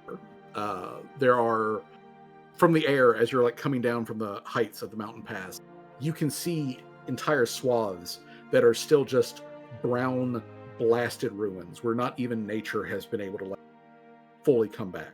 But there are spots where nature has come back and has begun to grow back over the ruins. But even so, the scars are still very visible. It's how I imagine is how like a lot of like no man's land looks after like World War One, where it's just like the land is still very much pockmarked from like all the crater holes, but now it's all green or something like that. Yeah, like, a lot of the it grass is, grew back. Yeah, a lot of it is like the grass, has mostly grown back. Starter plants have come back. There's still a bunch of dead, blasted like tree stumps, and bits here and there. Few of them are still alive. But even with the plants that have come back, you can still see the craters. You can still see the trenches. You can still see the bits and pieces of what once was otherwise, like a farmland, homesteads, that sort of thing, just absolutely ruined for as far as the eye can see. And now that we are here actually in the Trench Ruin Scarlands, I want to let you guys know that if you pull up into a square adjacent to one of these markers, you can take a look at it from a distance and then make the decision on whether or not you want to investigate anything further. So that will, and you've got 6 squares that the blimp can move per day. So I'm going to leave it up to Callie to steer where the blimp goes. And if you pull up, and like I said, if you pull up into an adjacent square, you can just take a looky-loo without engaging. We need to go to the left, or we need to go up? Up here, you can see at the top of the map, there's pointers, Casimir, runoff, distances. Callie starts going down for some reason, and they're like, Callie, this is the wrong direction. the Pexiton colony, only piece of civilization that's still left is over here. You don't have to go to any of these places. I want to make that clear. You don't have to. I don't think I want However, to. These places probably look depressing. However, though, each one of these locations does have a resource that you could get your hands on. So, okay. There is stuff. Callie just hit all this three location. Just like hard. So Callie's gonna. There is stuff. Callie's like, oh. Callie's like driving forward. He's like, oh, what's that? And then he like swerves off the road. All right, now this is actually kind of important in the as we're going along here. But what altitude is Callie flying the boat at? How far so is its maximum height allowance is 1 mile above whatever the current ground is to a maximum of 5 miles. That's as high above sea level. It's a maximum of 5 miles above sea level is its absolute maximum. But otherwise, generally speaking, it can only fly a mile above whatever the ground is below. But obviously, of course, it can fly lower than that. So what I'm asking is, how low do you go as you're scoping out these areas? Because that will adjust your perception checks.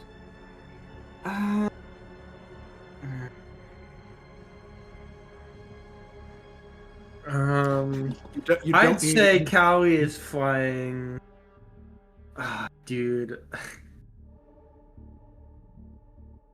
A mile is a lot of ground. I think a mile would be too mile- far, obviously, because I don't think we'd be able to see anything a mile up. I'm thinking of it as in terms of like range, because a lot of stuff is between like 60 and like 90 feet. So I'm gonna say I'll say she's flying 80 feet above the ground. Okay. Maybe. So let's just eyeball it 80 to 100 feet above the ground. Yeah. Okay. So then, weather at the moment is fine. Winds are gentle coming out of the west. So steer us, Callie. Where's the blimp going? All right. What's that? It's 1. Looking gift. It's 2. Sending me. That's 3. The gift is sending me. Was saying that.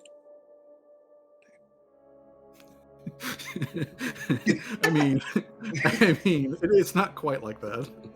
Yeah, no, I feel like Callie's a bit more subtle than that, than to just and to just veer Okay. off course so So blatantly. All right, so Callie, we come down here.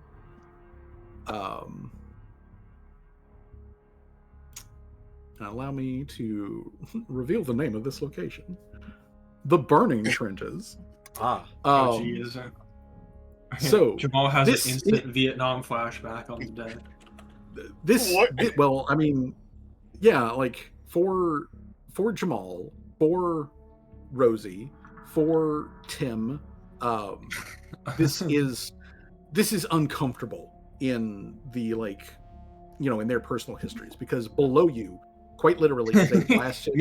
Meanwhile, Callie's right at land. home. She's like, "Oh, old battlegrounds. I've been doing this since I was like 6 years old." Kelly's like, I used to jump damaging old battlegrounds.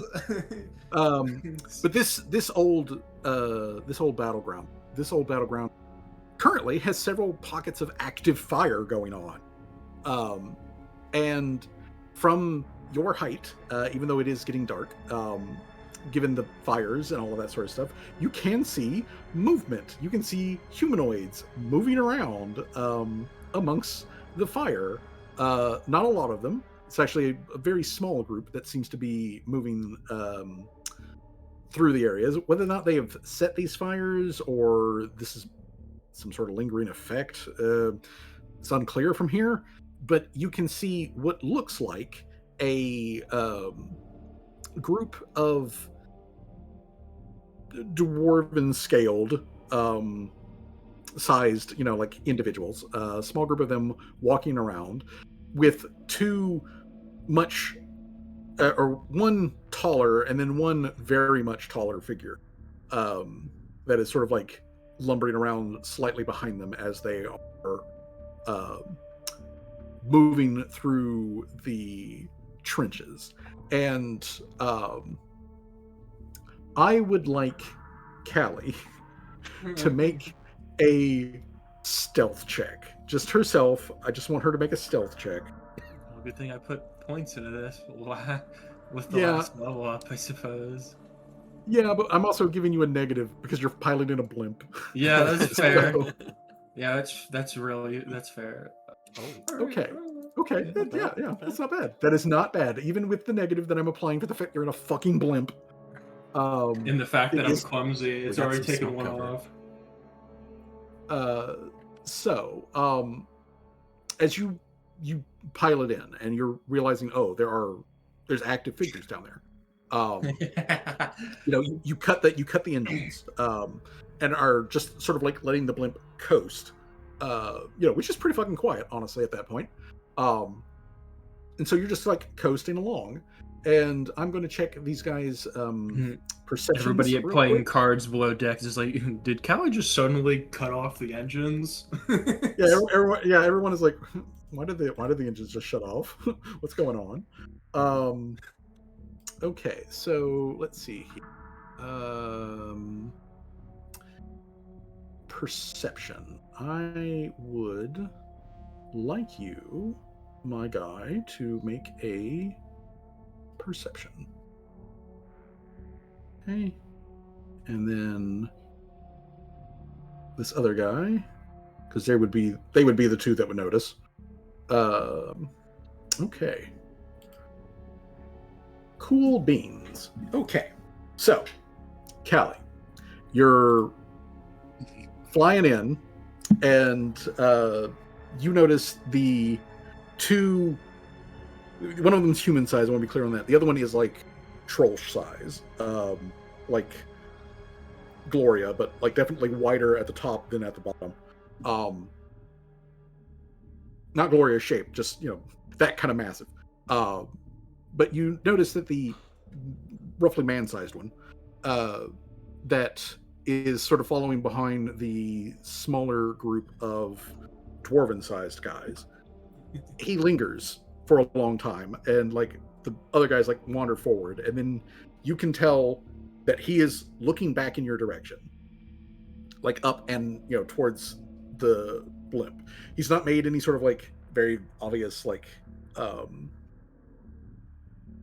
like a dangerous moves or anything that would look like him pulling or casting spells or anything. But he's clearly looking in your direction, like he's noticed the blimp. And then you see a single light ping out from his location, like a bullseye lamp specifically, being like flipped open and then closed again. And you see like a quick like flick of the lights, and you're well enough versed to know that that's a like semaphore communication of just like, I've noticed you. Shit.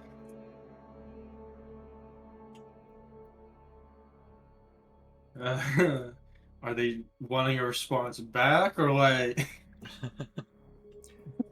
Yeah, he sends a quick couple of flashes that are the Imperial specific code for like basically requesting identification. Like he's like, oh, okay. Who are you? I How he's guess gonna Callie have knew it, though. I think it was Tim that knew it.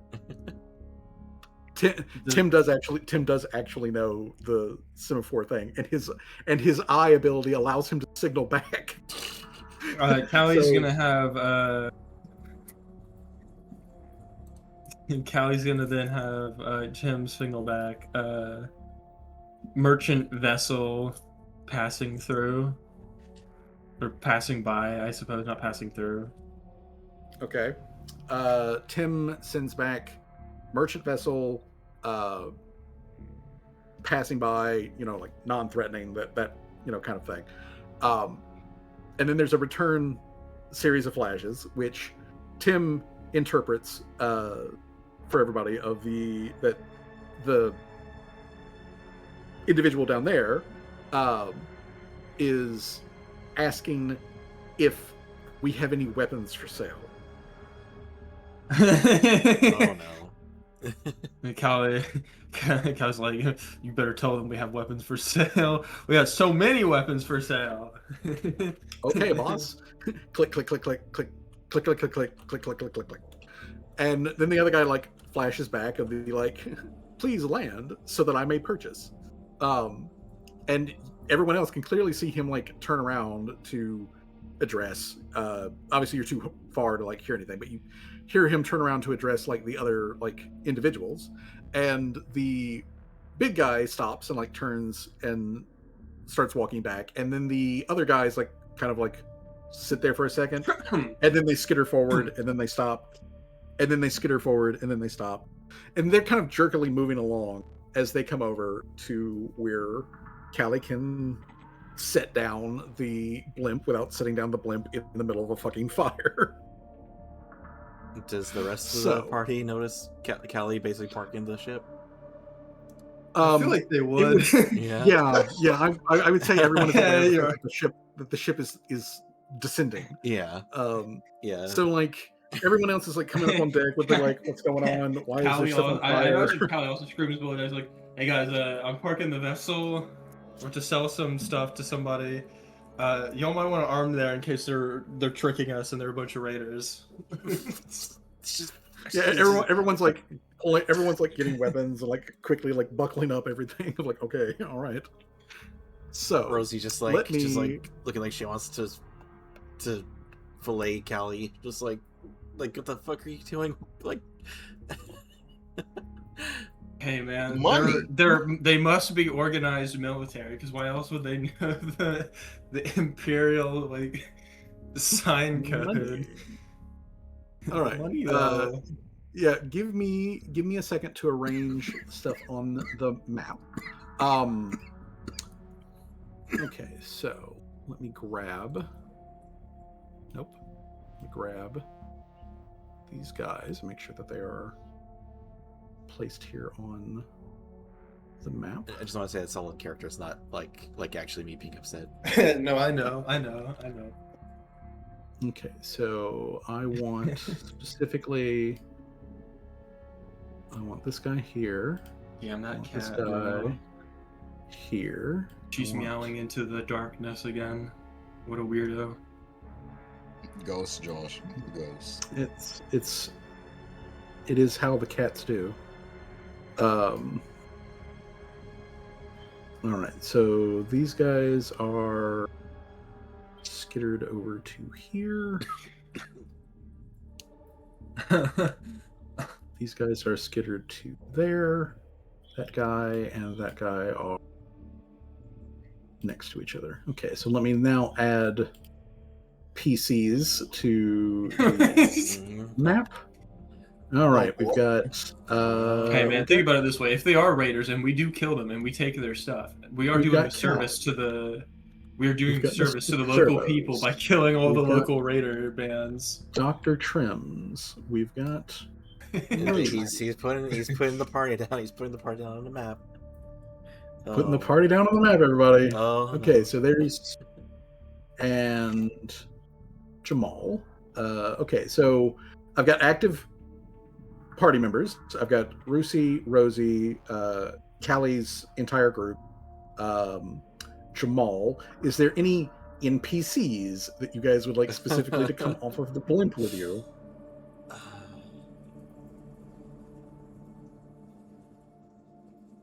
I want Gloria. Gloria. Gloria seems very like. This seems like her element. How about because if they start getting hostile, she could just start throwing rocks at them. How about Tommy? Big Gloria, rocks.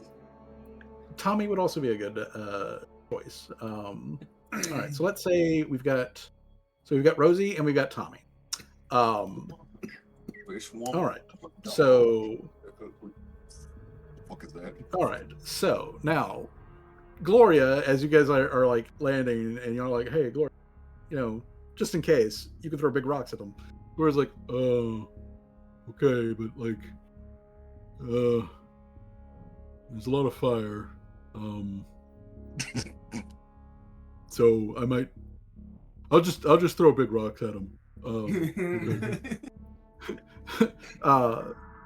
Tommy is slapping on his gauntlets and all that sort of stuff, and he's just like, "Well, if they try anything, Miss Gloria, we've got this. Surely we've got this, right?" So let me move us to the new map. Oh boy. Oh my god. Oh boy. That's fire. So that is fire. There is in fact fire. All right. Levi, are you with us? Yeah. Okay. So just make sure that you're aware. You are currently on a map with guys who could try to beat you up. No. If combat happens. So just so that you're aware of that.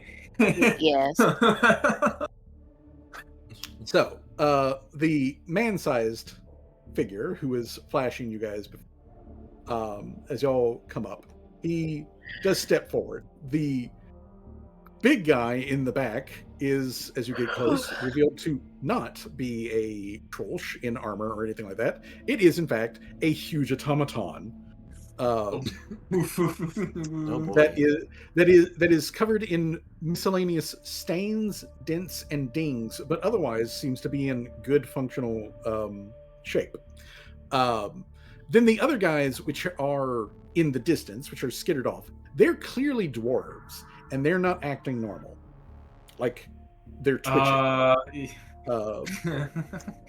Like, do you mean twitchy like they're antsy, or do you mean like they're like actually like contorting and like occasionally contorting and like glitching out?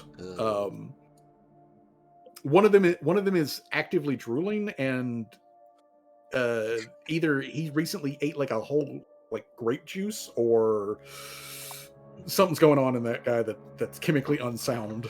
But yeah, they're all kind of just like over Which there. is funny because that was I'm pretty sure I know what that is. But I'm pretty sure I know what this that dude, is. This dude approaches, and so that you guys are aware, this guy appears to be human. He appears to be of Imperial. Look like he slept very well recently. He's got like bags under his eyes. He's looking a little pale. But he gives you guys a smile. He's missing a tooth. He gives you guys a big grin, and he's like, "Hey, I am so glad to see y'all. I have been meaning to pick up some new gear for my crew. You've got weapons. What kind of weapons? Do you have guns? I need guns. Guns that work." Yes, we have guns. Guns that work. Good. I'm willing to haggle over some guns. Do you have powder, ammo? You know, all of the... Yeah, we got powder, we got ammo, we got all that. Cool. I'd like to see it. I guess Callie then covertly goes through the workshop door and pulls out like a crate that's got the guns in them, and then maybe like a thing of cool powder. door. I like your door. Hey, I have another question for you. Is your robot, and he like points at Mr. Servos, he's like, "Is your robot for sale?" No, she is not. Oh, it's too bad. I'd really like another robot. As a matter of fact, it's what me and the boys are out here looking for, is more of these guys. And he kind of like throws his thumb over at the big hulking war automaton that's just waiting right behind him. He's like, "Yeah, we're looking for more of these guys. And I'd really like one that's, you know, all pretty like yours. That'd be great. Most of the ones I keep finding out here, they've been broken up. Like somebody took a screwdriver to them and scooped out all the good parts." Can I get a perception check in real quick, GM? Go for it. Yes, use a perception check. That is sus as fuck. Yeah. Took a screwdriver. Callie's not going to mention that she probably was the person that was taking the screwdriver to taking all the important parts out. Yeah, that's probably a good idea.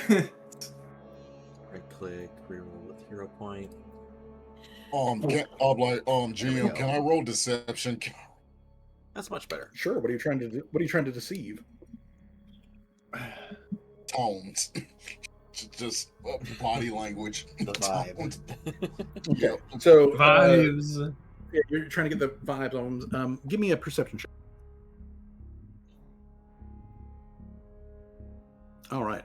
So between y'all's perception checks, the vibes that you're getting here, Jay, even with a relatively lowish check, they're not immaculate. The vibes are not good.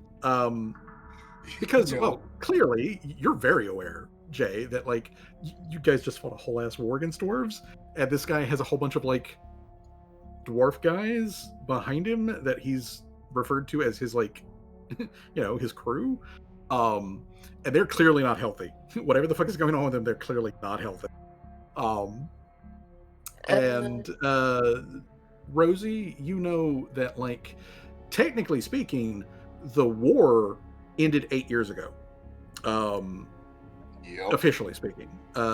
Actual small little pockets of combat actually kept going on for quite some time after that. So, but at this point, legally speaking, there shouldn't be any fighting going on. There should be no enemy forces in this area, which means that there should be really no reason for active soldiers. This guy doesn't really look like a soldier either. But he is wearing like a open V-neck shirt that is made out of some sort of like He's a whore. very very slick material. I mean, like he's one deep breath from like a titty popping loose. And Markiplier. Got it. So he's got all that, but I mean, like he's armed with a Imperial sword. He has various pieces of Imperial gear, but Rosie, with her background and having been part of the military complex, you can see that it's all mismatched. Like these are from different regiments, different levels from foot soldier all the way up to like field commander kind of like stuff. So this is probably all scavenged gear. So he's definitely an Imperial. Yeah. Yes. Rosie So- is going... Oh, go ahead. Sorry. You're fine. Because it's sus, definitely sus. I could try to persuade them to like Callie quote unquote fix up the mech, but have her put in a self-destruct mechanism to it, so when it fires it explodes. Just to prevent any unnecessary combat. Also, probably to not use that fucking machine ever again, because it's obviously suspect as hell. I would say that Rusi can communicate that to Callie. Obviously, Rusi can speak in Thalassic, which is a language that you guys share and isn't very common. So this guy probably doesn't know it. I was hoping he doesn't know it. I'm not going to you will need to make a deception check though to keep from raising his suspicion. Okay, I shall do that. Jeez. Oh, jeez. Rosie is supposed to be kind of good at this. Oh, yeah. So I will do that. So I'm rolling a deception. You click on the little dice icon next to it.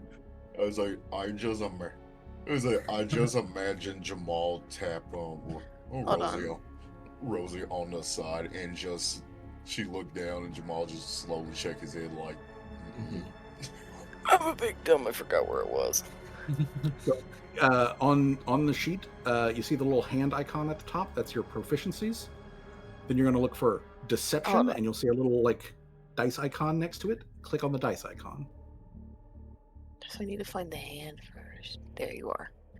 And okay, all my text is white. I thought I fixed that. Hold on.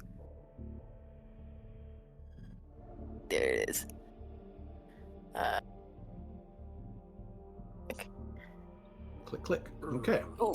All right. So, Rusi starts talking in Thalassic with Callie. And correct me if I'm wrong here, Levi, but you said that what you wanted to communicate was have Callie offer to fix up that guy's robot, and while she does so, put in a self-destruct like kill command so that it would break down as opposed to being able to fight you guys. It's like when you're like handling a weapon, if you fucking fuck up the trigger mechanism and actually like fucks up the gun, it blows it up. Or just causes when it not it to fire, fires. like getting rid of the trigger. Or Essentially. like getting rid of So like if it tries to fire or cause any harm, it'll just implode. Yeah. Okay. All right. So Rusi has mentioned this to Callie. Hold on. Let me try something here. Hold on here. I need to check. Hey man, if combat initiates, at least it wasn't my fault. Back in perfect. Classic. I'm not yelling it either. I'm like, I mean, he's a Whispery. That's the thing. He's a scavenger. There is a Oh, I know. 100% possibility he knows because they were having a bunch of that's basically what Callie's whole city, like whole town was, is that they were putting the less fortunate Azrakedi kids to like scavenging duties to go out into the fucking like battlegrounds and harvest fucking like important parts and shit. Uh-huh. He literally could just be one of those kids that grew up and is now like on his own. Okay. Rosie and Jamal, I need y'all to make a perception check.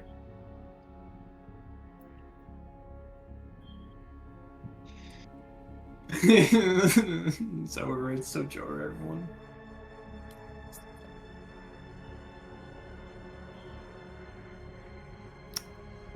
Okay. And do I have to make a perception check or just everybody but me? Everybody but you and Rusi. Fuck. Okay. All right. So, okay. So Rusi comes over here to tell Callie. Tells Callie and Thalassic that idea. Callie's like, okay. You know, seems legit. And as you guys are like chatting this back and forth in Thalassic, Tommy, everybody basically, can see this guy who's standing over here, who's like, you know, watching you guys, looks over at the fish people, and as Rusi's like doing the whole like, yeah, just like, you know, set it up so that it breaks and self-destructs and all that, which obviously the rest of the party doesn't know that Rusi is saying that, but like Rusi says something that causes that guy's eyes to go a little wide, a little crazy, and you see one of his hands like fall down to the sword at his waist. And then he starts to like rumble and mumble something to himself. So the rest of the party, so minus Callie and damn it. and Brucey, you guys can see that this guy, he's about to initiate combat. So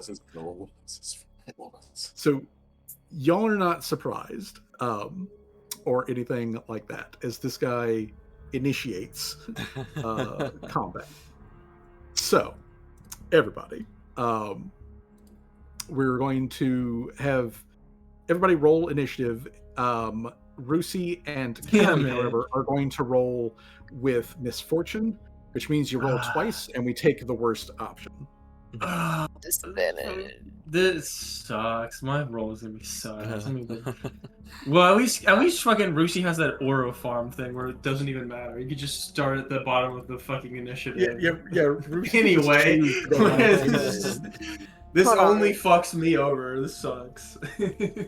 All right, let's boogie. Okay, so let me get it started in here. Let's get it started in here.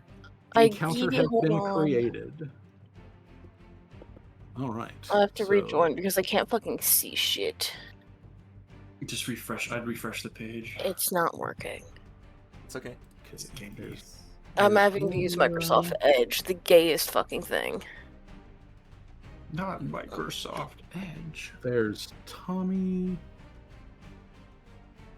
Alright, misfortune. Damn. Oh, 2. I'll do. I'll still get gas, it's fine.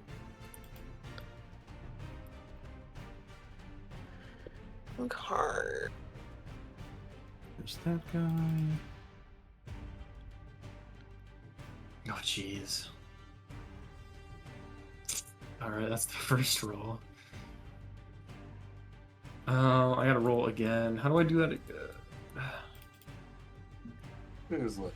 I didn't realize you could play with the dice that's on the screen. Do I just... what do I do?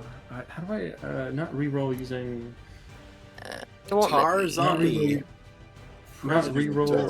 Blade Magus. Re-roll and keep the lower result. Okay, here we go. It just rolls another 19. So how do I do that?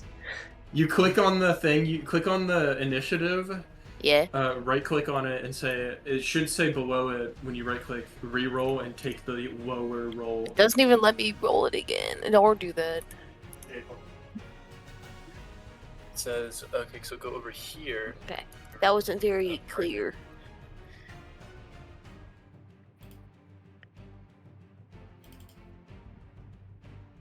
Alright, so I didn't even need to worry. I just rolled like I used up all my luck for the year, rolling 2 19s back to back.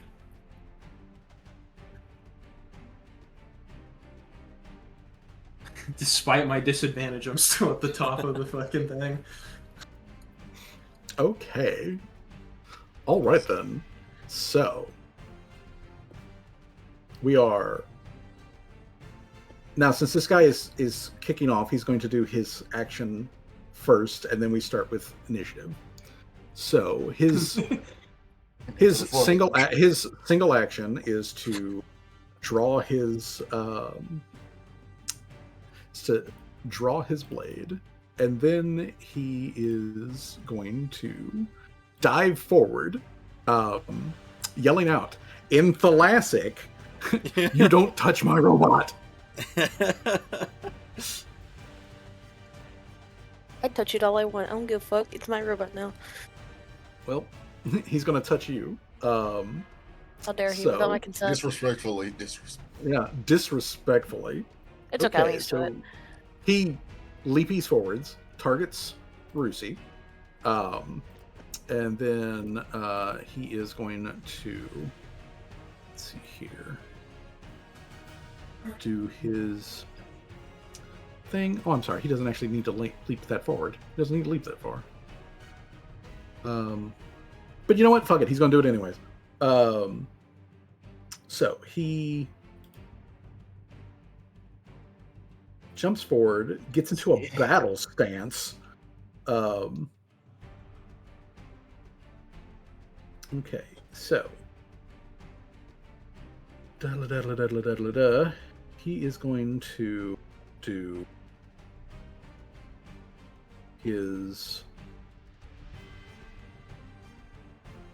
frackin' okay, so move forward, draw. Okay. No matter. Doesn't need to do that. He's just going to do basic attack. So versus Rusi. Oh, fuck. Okay. All right, coming in strong. All right, here we go. Do not touch his robot. Yeah. I'm gonna touch his robot. Do not touch robot. I'm going to touch it. We're gonna touch more. Holy crap! Okay, and when he does this, there is an explosion of splash force damage to Rosie, Tommy, and all of Damn it! all of Callie's crew. Everybody takes 4 damage. So Rusi takes the 50, and then everyone else takes the 4. That is no. crazy. It was just like, okay, I was like, I knew something was gonna happen, God. but I didn't expect this was gonna happen.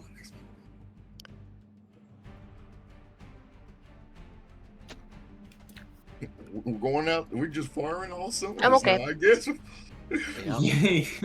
Yeah, it's time to lock and load everybody. Except we're already locked and loaded. We just gotta fire now. Right. Tommy takes 4 damage. Okay.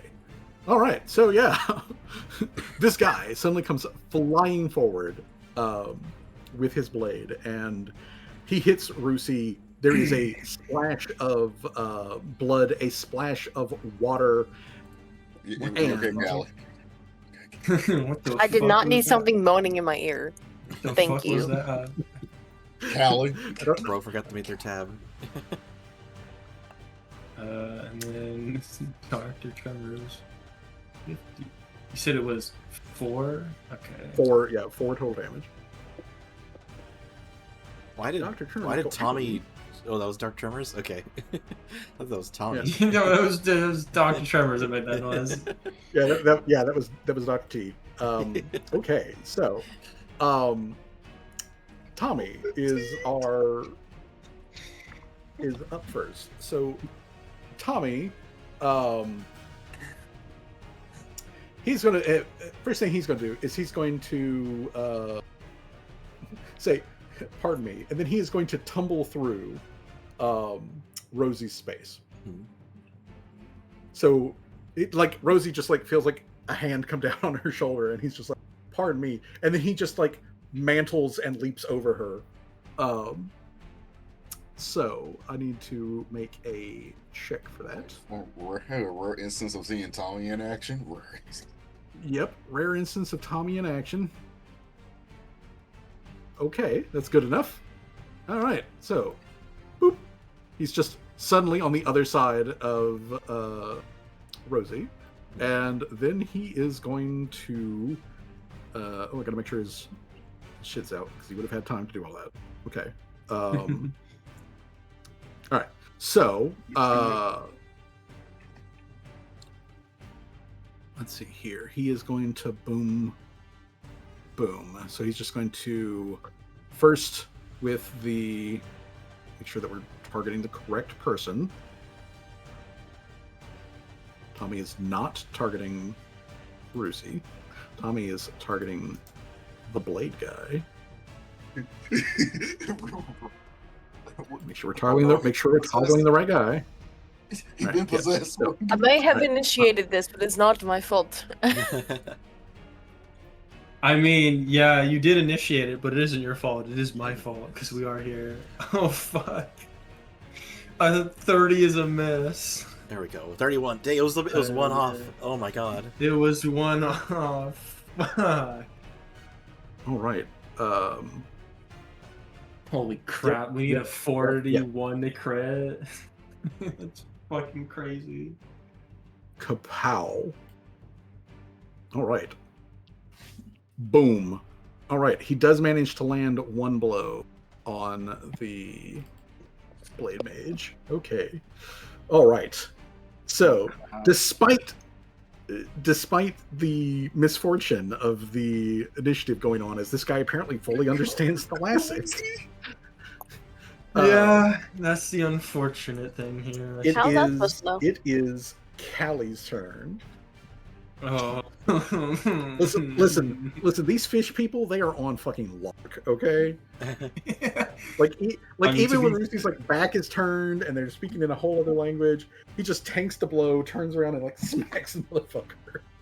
Yeah, but he doesn't smack him with any of his his hand or his gauntlet. He smacks him with the tail, which I believe is the most disrespectful thing you can do to somebody. It would be the disrespectful thing. All right, it is. I was having a conversation with my sister, you numbnut. Howie time. I guess with Mr. Service is quick into action. He moves here, I suppose. And then Cowie is going to put Mr. Service into Master Overdrive. Okay. Where the fuck is... I need to bind this shit, but I freaking... Cal in the back of her head is like, this might go bad, but hey, we got more scrap. If we survive, I get a whole ass another automaton, so I see this as an absolute win. That you're gonna design specifically for Rusi, because so him have a fucking battle. Baby. Master Overdrive, so I gotta do the... I'm gonna fish for a crit. Okay. No, I got the fish for a crit. Oh no! Not a crit, but hey. It's on a 20 from you literally can't fail. You literally can't fail it. So. Yeah, I can't fail, but that's not a crit. It's just normal activation. So I get the 5 instead of the 7, but that's fine. At least you still hit him. Well, I know I didn't hit him. That's me giving Mr. Servos guaranteed extra damage, basically. I'm aware of that. now you get to hit him. Is it a 2-act? I forgot. Is it a 2-action, right? Or is it a 1-action to do that? It is a 1-action to activate Master Over. Okay. And then Cowie is. I'm gonna tamper. Does he have armor? Well, actually, yeah, he does have armor because he's got the multi. He is in fact wearing bits and pieces of what would add up to be scale mail. So yeah. Jesus. Okay.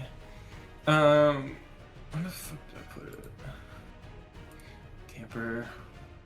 I'm going for the armor. Okay. All right. So, give me a craft check for the tamper. All right. What the fuck? Okay.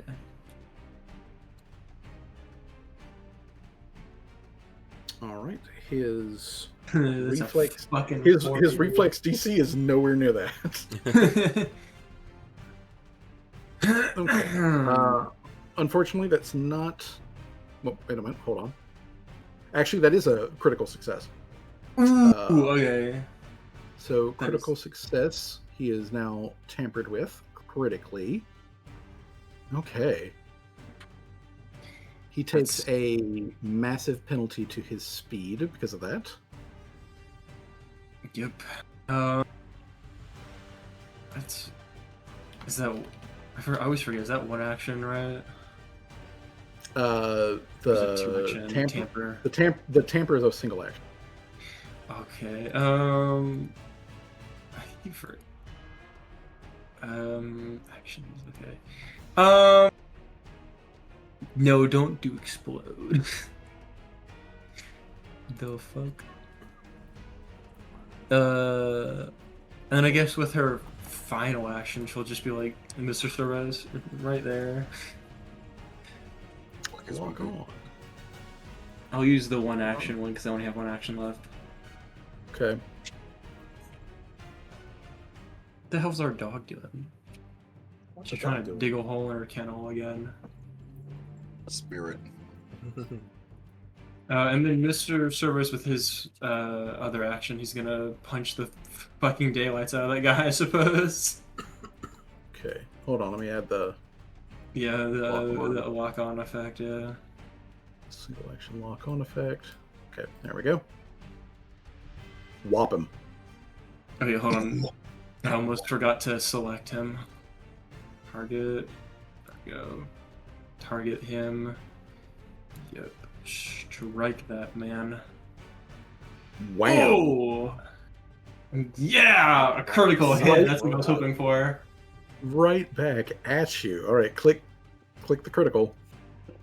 Give you some damage. Oh, jeez. All right. It's on the lower end, but still, that's still quite a lot of damage. I won't complain. He's bleeding too. It is. That is a lot of damage. No, And yeah, he's also bleeding and acided. Okay, so just getting jumped on all fours. That's crazy. he is getting jumped on all fours. All right, so Rusi, tail slap him. Wait, Dr. Trimmer said a final action. Dr. Trims. What can he even do right now? Just... Flip him off. I mean, he could do that. I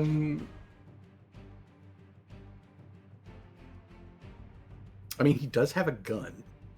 Yeah, I guess. Shoot that. I mean, he's unlikely to hit, but he does have a gun. Shoot him. Unlikely hit.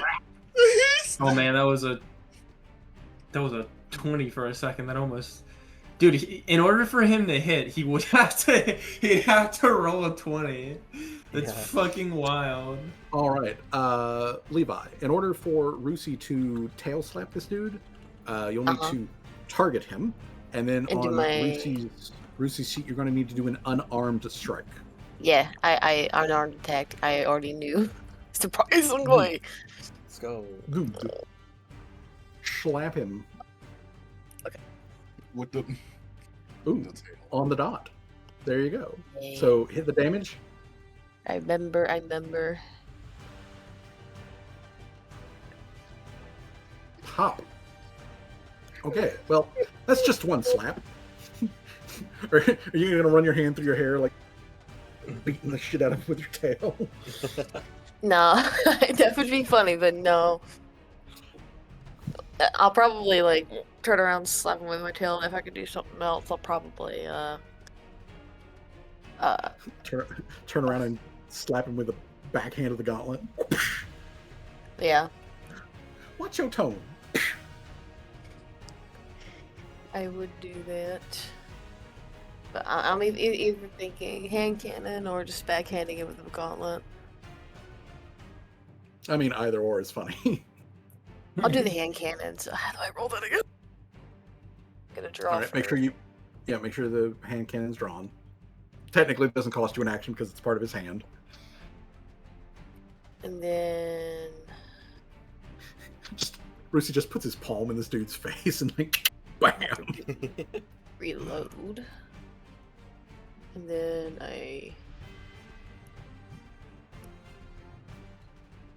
Boom. All right. Ooh.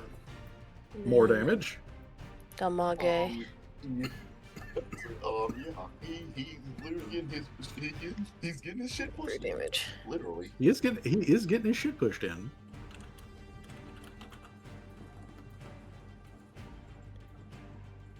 Am I able to reload the hand cannon one more time before my turn ends? Yes, as your final action, you can reload. Done. Okay. All right then. So, Rusey turns around and shows that he is not a little bitch. The guy yells out something in Dwarven, and you guys see one of the little twitchy drooly guys jerk into action. Jeez.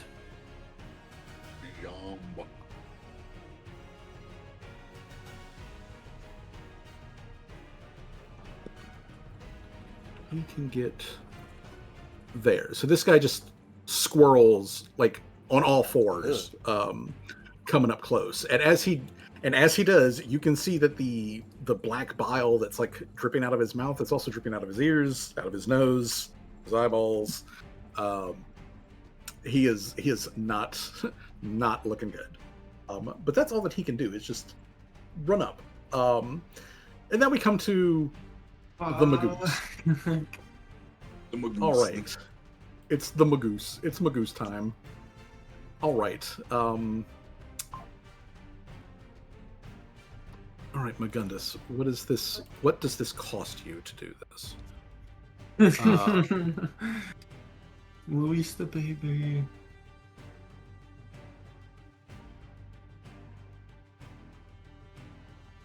Okay. So if you... Okay. I know this is off right. topic, Okay. but I think the Croods movie is so underrated. It was one of those movies I grew up with hating because my family forced me to watch it like all the fucking time. But then as I got older, I was like, it wasn't that bad as I remember. Okay. Let's see here. All right. Let me check something quick here. Never seen a second movie. Okay. I refuse to watch the second movie because I've only ever heard bad things about it. Okay. So, all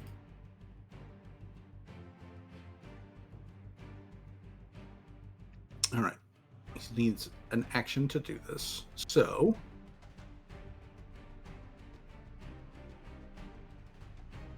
all right. So, Levi, look on Rusey's sheet and see what it says under his reflex save. That number plus 10 is what? 28. 28. All right. It's the exact same thing for Tommy. Okay, which means this guy meets it to beats it. So he backflips over to here. When he lands on his feet, lifts up his arms, says nothing personnel, and throws his arm that isn't holding the weapon forward, and there is a blast of lightning straight at Rusi. But don't worry, Rusi gets to share this one because it's the same one the mushroom used. Oh no. Chain lightning. Okay, so first we roll damage.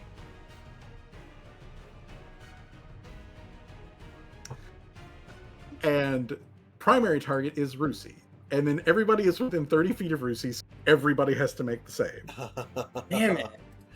So there on the chat, you'll see where it says save. Guess I offended him with the tail slap. Boo-hoo. Yeah, I think you offended him when you said, "Hey, oh sis, can you like tamper that motherfucker's like robot?" Fucking pussy. Critical success. Rosie dodges. I don't think him being a pussy has anything to do with it. I think he's just insane. I'll be honest. Yeah, Rosie he's a just pussy. fucking dodges lightning. Okay. Oh my god. Well, actually, hold on. As long as I don't. Why the fuck do I have Dr. Trevor selected? Can I? I'm gonna do the reflex saving throw without me. What save I'm supposed to click? You scroll Reflex. up to the thing that's... If you scroll up in the chat, it says Dr. chain Tremors lightning. doesn't need to do this save, right? Reflex, master, and He's currently latched on the Cali. Am I allowed? He's latched on a Cali like a koala baby. I guess I saved it. Gloria, no. I guess I God motherfucking damn it. Success. Okay. All right. That's a 21. I'm gonna reroll. I'm gonna use a. Well, hold on. See, the thing is that the reason the 31 is a crit for Rosie is because Rosie's a rogue. Rosie has the special ability. Yeah. Yeah, I know. Well, no, Yeah. Mr. Sure was fail. I was gonna use a hero point to reroll that. Okay, so I have go to ahead give and him a hero reroll point that. first because it's stupid. The DC is 30, so I mean you still passed, Jay. You didn't fail, but like it's not a crit. That's a good damage. Yeah, you still take damage. Okay, that's much better. Oh, That's yeah, much that's better. way better. Okay.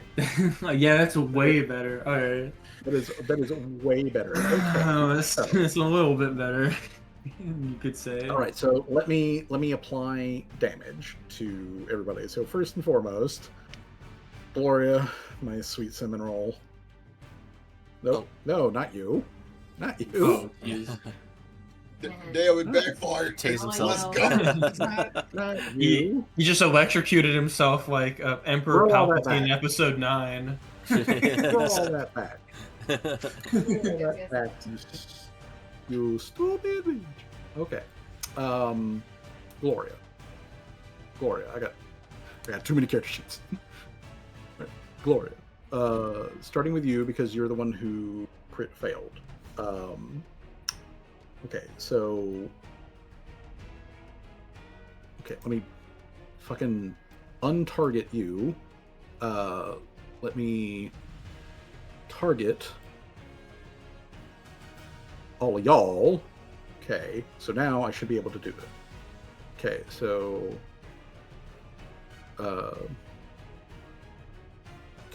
starting with Gloria. You targeted him again. What the fuck? Damn, he really just keep missing. Like, my guy. My guy. Okay.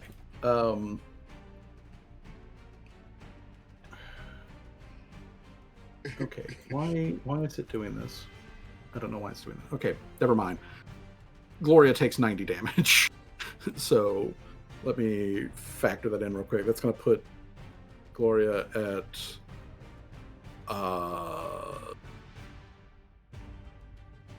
Okay, Gloria, that puts you at that many hit points. Okay.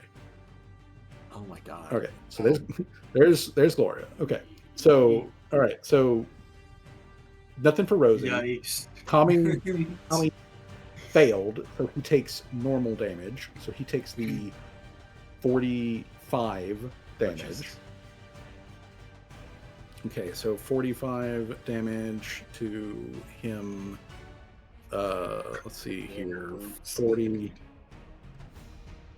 Okay, so that takes him down to fucking there. Okay. All right, there's Tommy. Let's see here. Jay passed, so Jay takes half damage. Click half. Yeah, click half. There we go. Cool. Rusi saved, so he takes half. So Rusi needs to click on the half damage up there.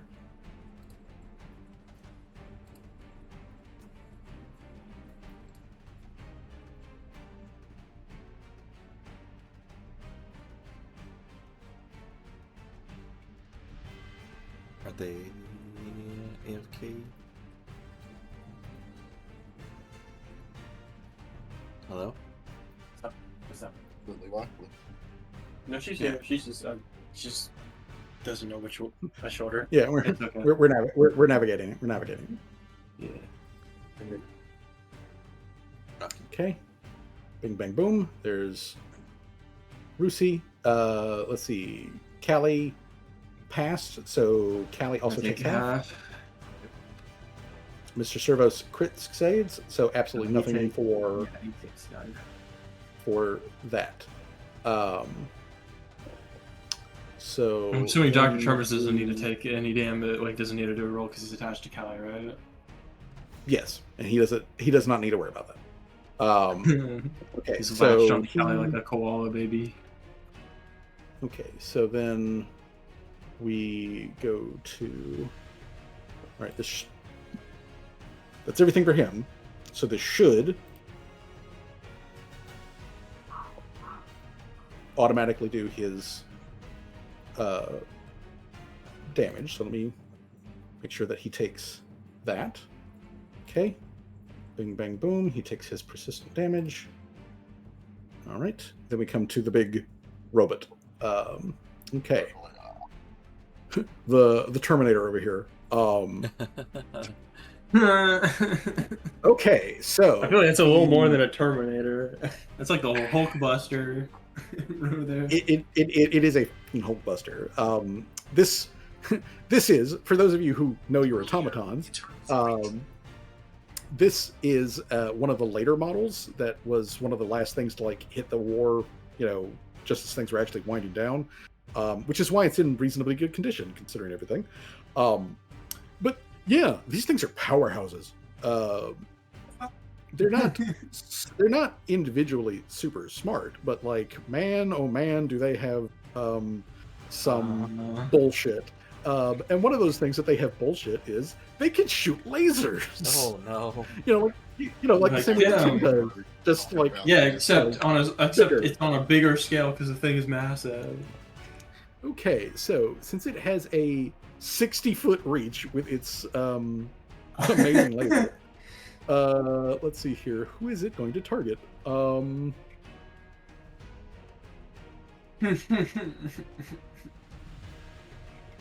Let's see here. I'm going to say that it is going to target the other competing robot. So, automaton on automaton violence. Yeah, it is automaton. Honestly, though, I think that would be for the best. All things considered. So it. Wham! Oh no! Wham! God damn it! Magic. That is a crit hit. Oh. Kaboom. Okay, so it does that, and can it just keep doing that? Is that Is that literally a single action? I feel like it should. Excuse me. Like, What? I feel like that would be very unfair if it was. Okay. Okay. All right. Cool. Okay. Yeah, it's going to then move. Let's see here. 10. Let's see. How big is your reach? Yeah, you can just step over this guy. Okay. All right. So steps over this guy. And it just it is also going to reach for Mr. Servos, who unfortunately Callie is riding. Yeah. So it is going to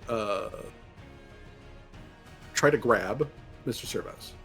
So first action, laser. Second action, step. Third action, try to grab Servos.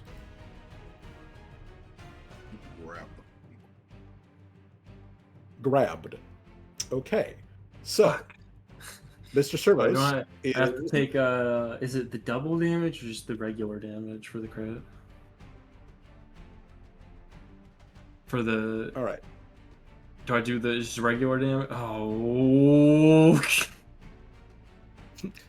There you go. 24 damage. You are the proud owner thereof. So he would have taken the 24 damage from that, and then he would have also taken the 34 damage from the laser.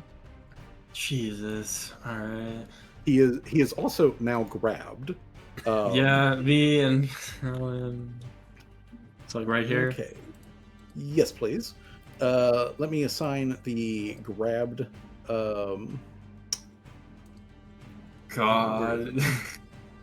Dazzled. This is pretty bad, Dazzled, actually. A lot of us are already at half health. Yeah. And it's only been the first turn. Okay. Graboed he is. If we survive, okay. this is going to be the longest quiet night that we're all going to have, and we all just silently being angry at Callie's. Hey! Hey! It wasn't my idea it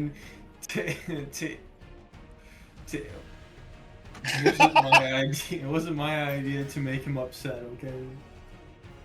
Again, not my fault. The fucking dumbass it understands the Lassic. I mean, you had no way of knowing that. Also, he was tweaking.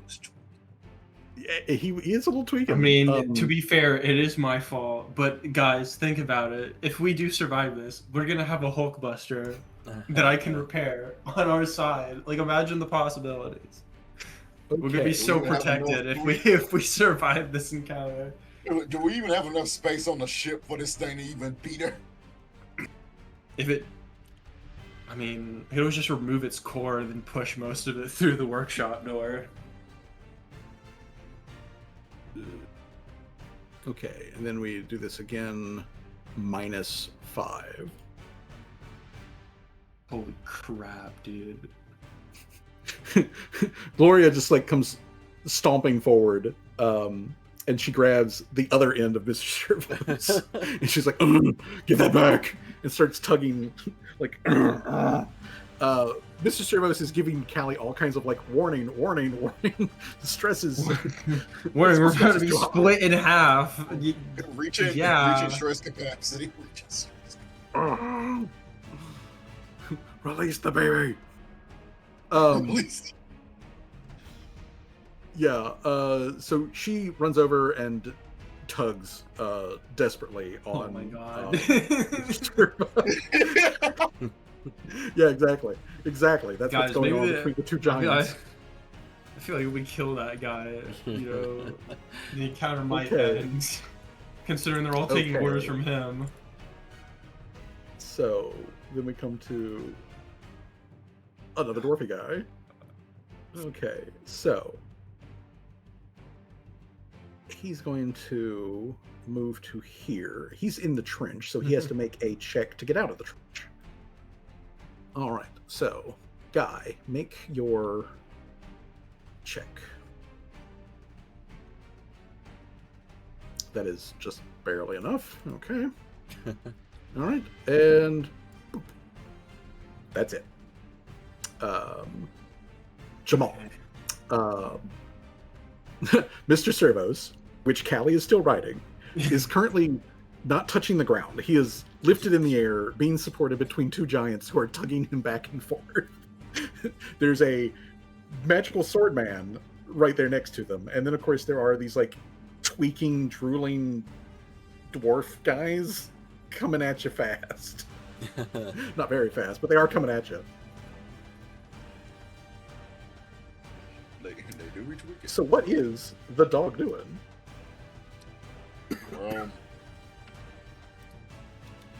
Well, given the fact into the fray fucking activated, so Jamal already got his gun out. Uh-huh. You've already got all your weapons. Everything's loaded. Dog's like... Give him the click, click, boom. Click, click, reload, click. Okie dokie. Yeah. Oakley dokley. Fuck. Okie dokie. Alright, first strike. Okay. Who are you? Oh no. Who are you targeting? Who are you targeting? Actually, that is a hit if you're taking the main guy. The main guy. Okay. Because he didn't take an action to fix his armor, so he's still got the disadvantage. I had to select target, select.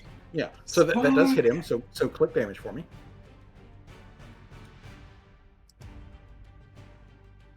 Okay. What the fuck are these rolls, man? Right. Kaboom. We're And rolling the minimum amount of damage we can be rolling. Is it yeah? Yeah. All right, hold on. Let me target all of these guys for splash. Jesus H and Christ, would you can please? Bro just succumbed to the damage. He won't. Just Kaboom, kaboom, kaboom. Okay. All right. So yeah, he takes the shot. These other guys take a splash. What else are we doing, Jamal? reload splash again. All right. Give him both barrels. I keep forgetting his last name is Ruffet. Yes. Yes, it is. Yes. It was very funny earlier this week when I was like thinking about like conversation that might have been going on flight in, and like I was thinking like Ariel would probably talk to Jamal and would refer to him using his last name. Like she would call him Mr. Ruffet. Like, excuse me, Mr. Ruffet. I want to ask you some questions. Yeah, she would do that, and it would be funny. I mean, but you reload. Please second attack that Second guy. attack, yep. Make sure he's targeted. He's still targeted. Okay. Give me the click boom. That's gonna be a miss. Yep, makes sense because second attack. Swing and a miss. Okay. Swing and a miss. And a missed. All right. I believe that's 1, 2, 3 actions from Jamal, which means it's rogue time. Mm-hmm. She is going to draw her striking rapier. She is going to shimmy between here and here, and is going to make sure I'm targeting this asshole, and I'm going to strike them. Okay. Strike. Do damage. Just barely, gosh. Alright, and then we'll go for damage. that fucking hamper I did at the beginning of my turn has been helping out a lot. It has. Because Yes. it's lowering his AC It for has. everyone. And I think that is all three of Rosie's actions. Draw, step, swing. Yeah. Bing, bang, boom. Short but sweet. All right. Okay, so then we come to the next of the dwarf tweaks. All right. Dwarf tweaker number 3. Oh, you mean the fentanyl hunters? Yeah, the fentanyl. Yeah, the fentanyl hunters over here. Oh okay. my god. All right. Fentanyl zombie number 3. Please make a athletics check to get out of the damn trench. DC 20. Leaning. Jeez, alright. They're leaning while running. They're leaning. They're doing the fent lean. Jeez. I didn't know we were fighting a bunch of tweakers. Okay. Well, I mean, technically we are. They're all tweaking pretty bad. Yeah. I think the only thing not tweaking is the robot. Okay, so we get that guy runs forward. That's the best that he can do. So we come back to worse. It could be worse. It could be worse. Yeah. Yeah, somebody could have died on the first go around. 5-foot step. Okay, so bath salts. All right, Tommy, let's try this again, please. He's gonna put his whole dick into it. We're using vicious swing. Oh. Okay. Here we go. Critical hit. Let's go. That's a lot of dick. Yeah. Okay. That's a lot of damage. All right. That's a lot of just damage. kill This is getting out of hand. This is getting out of hand. This is Jesus Christ. Yeah, Tommy was not very happy with that retaliation. Yeah, I don't think he liked getting electrocuted. I don't think anybody here liked getting electrocuted, I'll be honest. Okay. There we go. A swing and a miss. He still did 42 damage to, like, I don't know, well, I mean, like, he still did 42 damage. He's like, all things considered. What I like to think is he did that one good swing, but then him still convulsing from getting shocked still made him miss. Oh, is that what's doing it? Is that what's calling this? What? Oh, okay. Alrighty. Did you figure out? Okay. I figure out now why the targeting thing was fucky wucky. Okay. But yeah, he just did 42 damage in a single hit.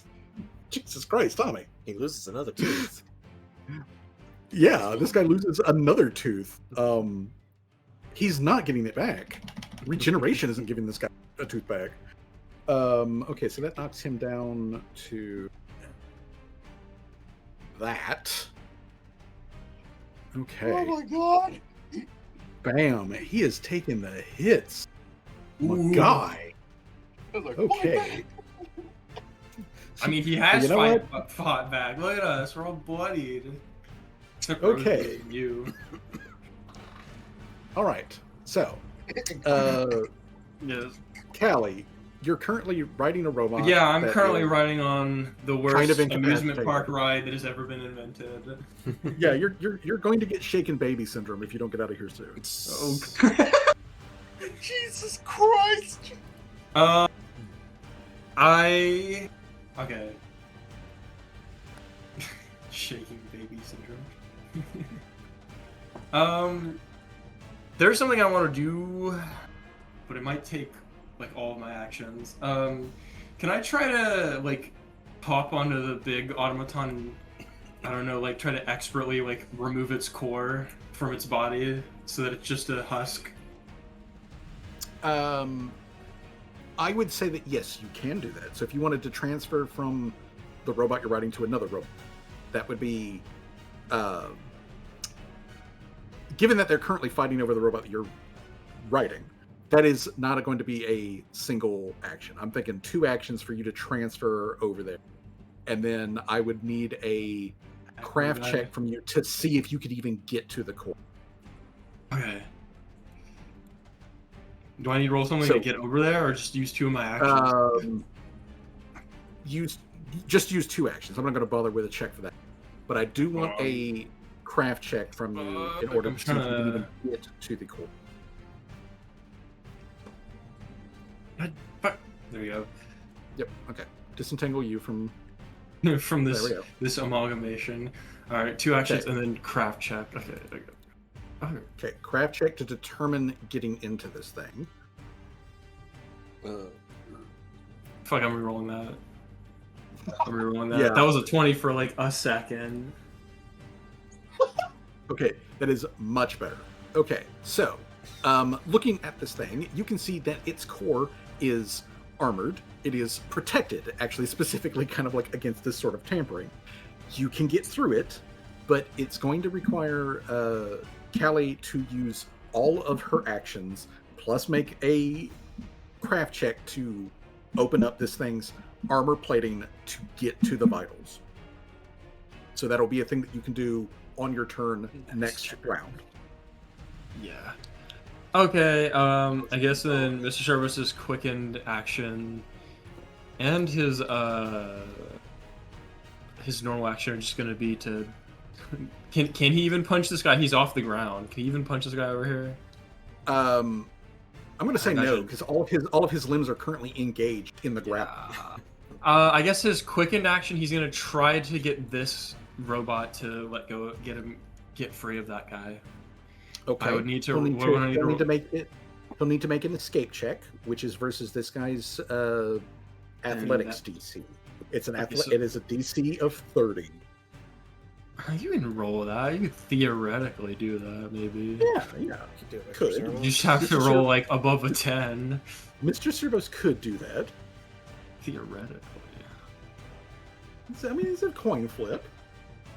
Unfortunately, failed. Unfortunately for him, that was not a 30.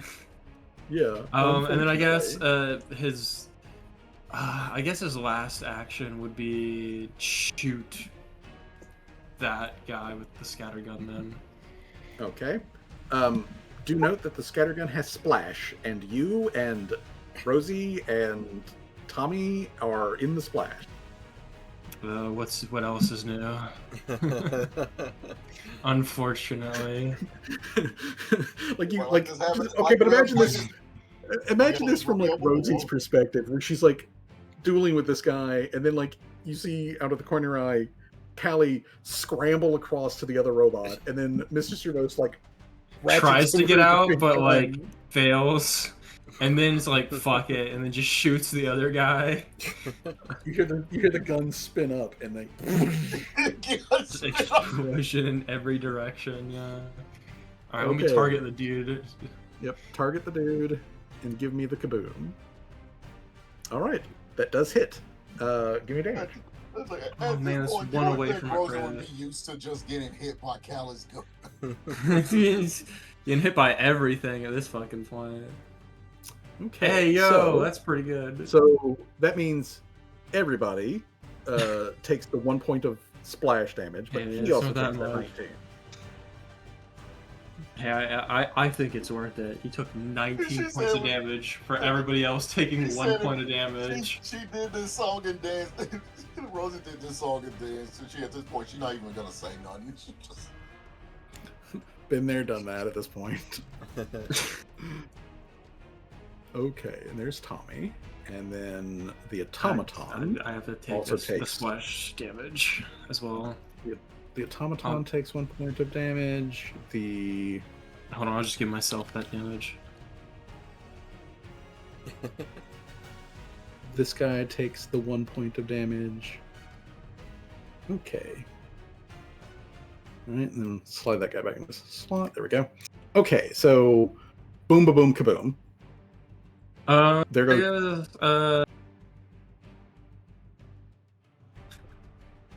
What will Dr. Tremors do? Dr. Tremors will reload the scattergun. That's what he will do. All right. Dr. Tremors reloads the scattergun. Alrighty. Rusi, it's fish boy time.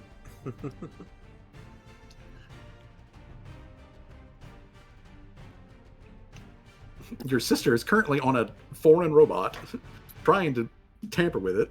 Her robot is currently being held between the two giants. There's gunfire going on.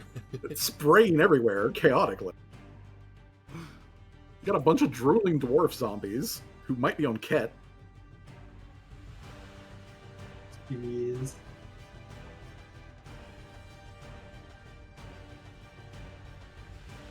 Levi?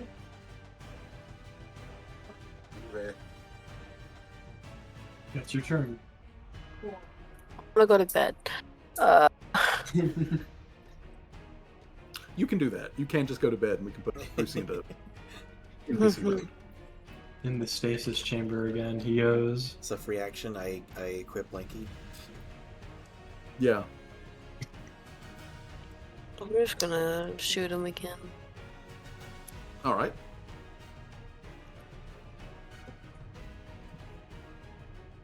Boom.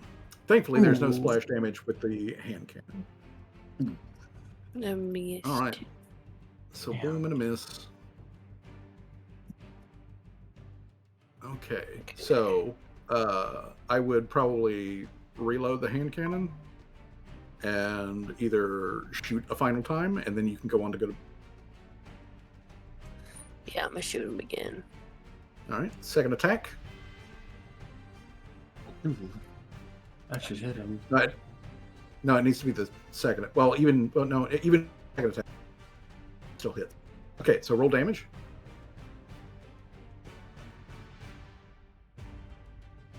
Boom, damage. Okay. All right. Okay, so Levi, you can head on to bed. Yeah. Get you some sleepy sleeps. Have a good night. Good night. Thank you. Alrighty. Okay. Tar Buffoon. It's finally time to show the party what you can do, which is not much, but it is something. Okay, so. I'm gonna guess bite. Actually, no. He's not going to bite you. Although he does open up his mouth and like drool a lot. Oh, no. As the drool becomes a geyser and he projectile vomits. Yeah. Let me show you this bullshit. Vomit tar. He vomits It's the tar. 66 bludgeoning damage. Okay.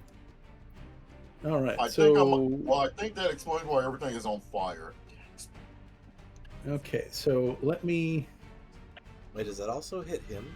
The other guy? Let's say angle it, I guess. Well, it's going to hit the automaton. Okay, so there's the cone. Damn it. So, which does include the. So, it's going to hit Gloria. It's going to hit Mr. Servos. It's going to hit Callie. It's going to hit Rosie. It's going to hit the automaton, the big guy. Okay, so there's that. Oh, Jesus. There's the damage. You'll need to click on the reflex save. The rogue, of course, ignores everything. Of course, just like nope. Just The rogue is like, no. No, thank you. Of course. No, Dr. Tremor's supposed to do a reflex save, I think, as well. Because he's away from Callie. Yep. Alright, that's just my whole party then. Fuck. Okay, this is a basic save, so it does, if successful, has it in damage. Gloria, gonna need you to make that reflex save for me, please. Insanity. Gloria succeeds on the dot. Good girl, Gloria. Okay. Alrighty, so, and then I need the automaton, who, since the automaton is point blank and is so big, I'm giving him misfortune on this. So, here we go again. I'm going to give this guy save, and then I want to re-roll and keep the lower result. Fail. Okay. Okay, so then, coming back up here to the top. Okay, so the amount of damage is 23 damage. Creatures that fail the save are also slowed 1 and gain weakness versus fire 5. I don't like the sound Both of that. conditions end after 3 rounds. So, What if I have Rosie, fire resistance though? if you have fire resistance 5 and it gives you fire resistance, or it gives you fire weakness 5, it just cancels them. Oh, okay then. So you go back to just normal. Okay, so Dr. Trimmers. Yeah. I'm gonna have to zoom in here. Let's see, Dr. T, old Doc T here. He takes the 23 damage. 3 damage. Okay. It's like half his so- life. I mean, yeah. Shit. Okay, so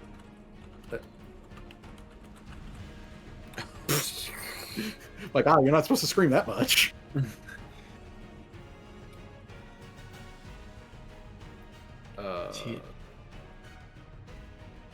Okay, there we go. There we go.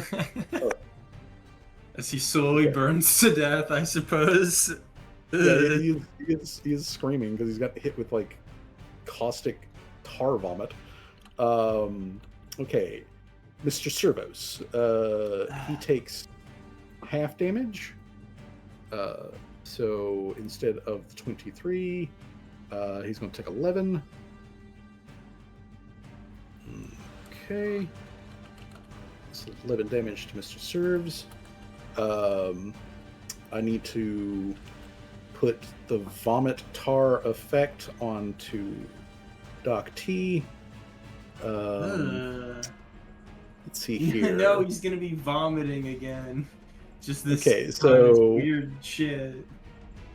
Okay, so and then Callie would also take 11 points of damage. Gloria takes 11. Wait, so is this fire damage I'm taking, or what? It is specifically bludgeoning damage. Oh, okay. It's not fire. Yeah, and you didn't fail, so you don't gain the fire weakness. Oh, okay. I was just asking because of my fire eater reaction. Yeah, the tar itself is warm, but it's not actually fired. Okay, so Gloria takes a smackaroon. Fucking, I think lukewarm tar is worse than if it was on fire. Yeah. And then this guy takes the full pain in the ass to wash off. Okay, so that's 23 damage, and he also gets our vomit effect placed on him. So let's put it on the big guy. There we go. Okay. So boom, boom, kaboom. There's that. Let me move this guy, and then come over here to the. No. Yes, this one. Okay. So now we come back to this, and This guy. this guy. That's all that he can do. He just vomit rockets the party. Lovely. Okay, so he just vomit rockets the whole like group. That's all that he can do. So then we move to the Magus, who is not looking good. So Get his shit pushed in. And he is every single getting his shit pushed in. he is getting his shit pushed in. So let's see here. First of all, he needs to make a check here. So let's do that first.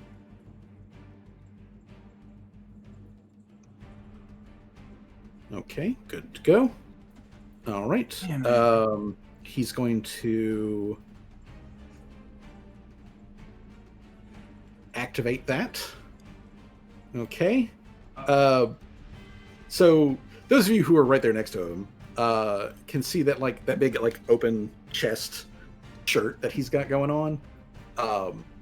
It glints and glitters in the reflective firelight, and then he moves with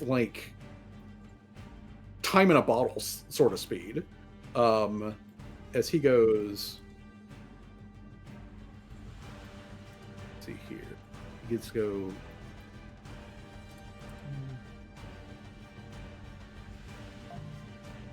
as he just rockets all the way back here.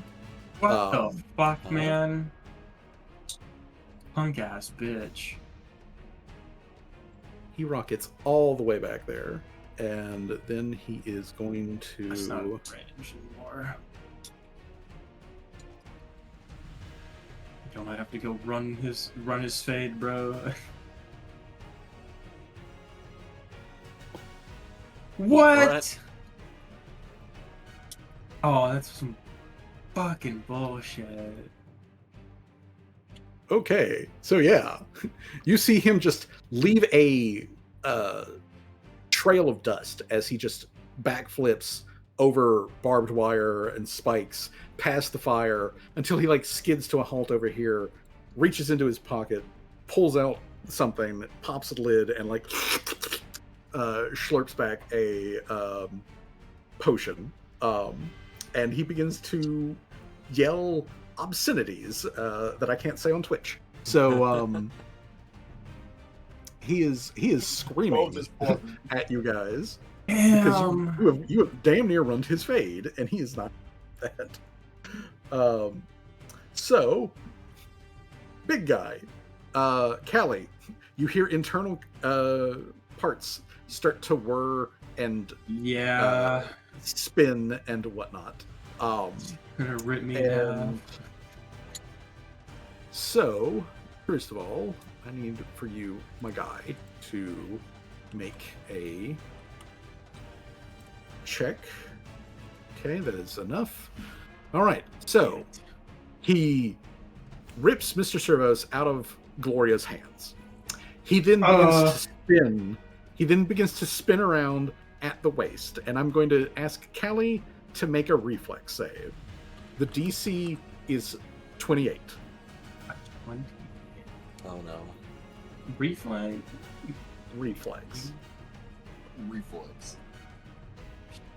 Go away, cat. I'm busy. Cat trying to do the reflex.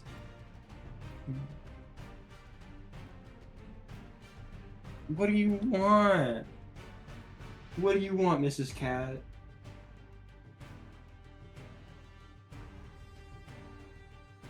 She just comes in and she wants my fucking attention. That's 29 reflex save. Yes. So Callie hangs on. So what is Mr. Servos's fortitude DC? His fortitude DC, it's a 30. Okay. Fortitude DC 30. Okay.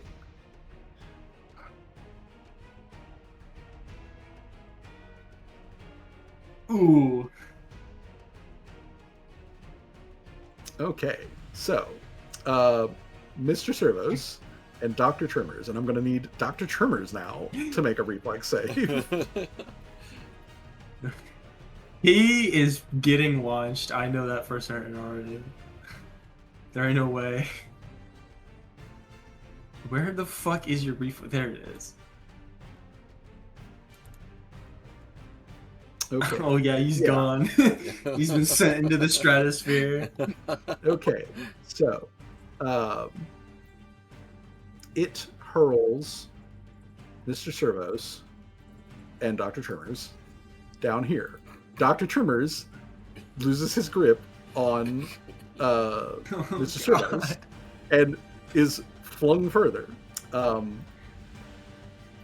on. Servos, get over here.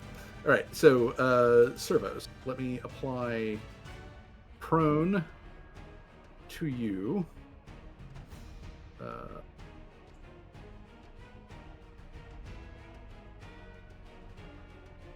Here is prone. There we go. Prone. And then let me apply prone to Dr. Trimmers. All right. So now, because it got vomited on, however, its gears start to like clink and gurr and sputter as it can't keep moving. So thanks to its own ally, it can't keep doing anything else. That's the only thing it can do this turn. So, Gloria. Well, Mr. Servos is no longer being held. So, Gloria will now get Callie off of the thing. No! Gloria, I'm trying to disable it. Oh. Look what that the current situation. I'm trying to. Callie's like about to throw. He's like, hold on, I'm trying to remove its heart, or well, more like its brain or its soul from its body so that it can't work anymore. Oh, I was gonna throw it in the fire.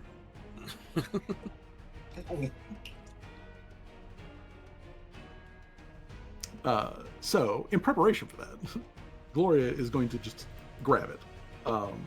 Or she's going to attempt to, anyways. First of all, targeted Gloria. Holding place would be a good idea, actually. She is then going to big fist it. The growl. It missed. And it missed. Gloria, hold on. All right, yeah. Okay. So, step. They're targeting the Blade Magus, not the automaton. Yeah, it still wouldn't have hit the automaton. Untarget him. Damn, she got some reach, damn.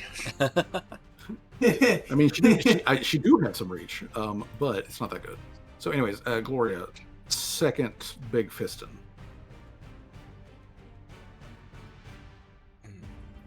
Misses. Okay. So she's trying to get a hold of the thing, but it is covered in goop, stinky tar vomit. So there's that. We come to this tar zombie. Yes. Tar zombie. What do you want, cat? Ooh! Don't do that. Don't do that. You know, he fell off the table.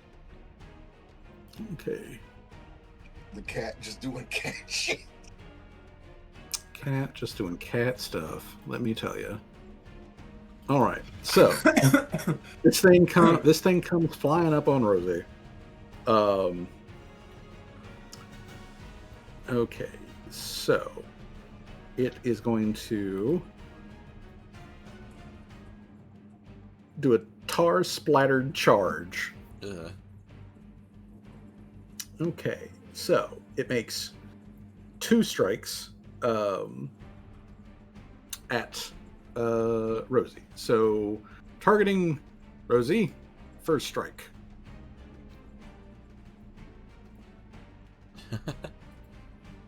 Oh! Okay. I brought the dot for a critical hit. Okay. Okay, so damage for that real quick.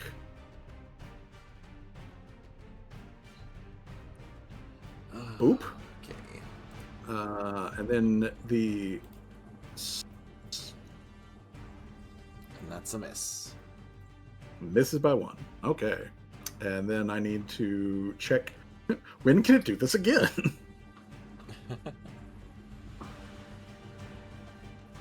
Okay.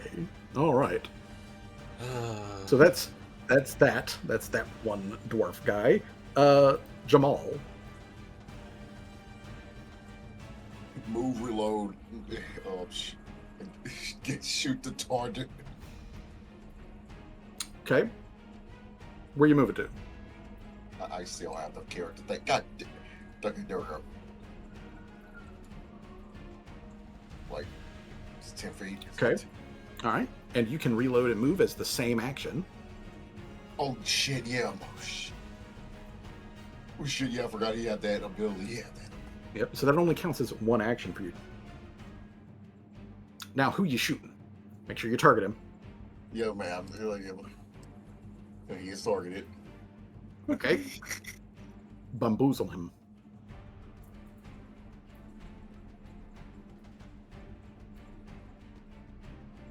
Oh, nice. Ooh, Bam. nice. Ooh. Roll that crit. Crit. Yep. Roll that critical hit. Bam. Okay. Oh, damn. Oh my god, yeah. Oh, It's a failure. And he failed, so he's stunned. So he's only got a single action. He's down to a single action.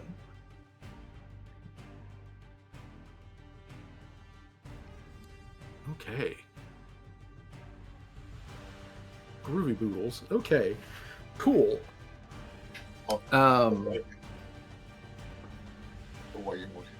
Wait, Jamal got one more action? Yeah. Yeah, you go. Yep. Keep going. Well, if you have to reload, then that will be it. All right. Then just go ahead and reload. And reload, that's it for him. That's it for him. All right. Question, GM. If I move through this square, that would be going through an enemy square, right? Or no? No. If you move to that square, that doesn't. You do not need to move through an enemy square. Okay. So you don't need to do the tumble through thing. You don't need to do anything. All right. However, though, let me check real quick. Okay, these guys do not have reactive strike or anything like that. All right. The zombies don't. To be clear, the All right. zombies don't. So let's see. Let me check the robot. Let me check the robot. Robot, no. Okay. Okay. Let's see. Is it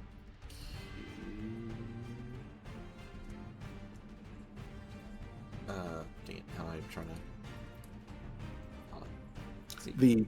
The squares that have the like barbed wire, they not only count as I should have said this earlier, but not only do they count as difficult terrain, but they also cause damage. Yeah, like so one I'm trying, point so I'm trying of to damage basically if go you do. around, so that's Yeah. one, 20 feet. one 25, movement or one action there, right? Yep. And then, Uh-huh. let's see. It's 50 feet to be there, right? Yep. Correct. 1, 2, 3. Hey! No, that's 4 squares. Hold on. How's that? Stop stepping on my keyboard, cat. Is that 1, 2, 3, 4? Why is that? Because of the diagonal. Oh, okay. Alright, so that's 50. And then... Oh, no. 75. That would be... let's see. Which square is where here? Because it's the only spots I can do is here, here. This here, like, that's right here on the edge of the actual, like, fire Uh-huh. space, that doesn't actually count as fire. Okay. Just want to make I sure. mean, you're right there on the edge of the fire. Yeah, right there on the You're edge, literally right. one step away. Alright, and that's going to be all 3 Yeah. of her actions to basically run this fucking dude down. All right. You skedaddle after him. All right. Rosie is in pursuit. Fair enough. Zomboid. Let's see here. Who can you reach? Shit. My guy.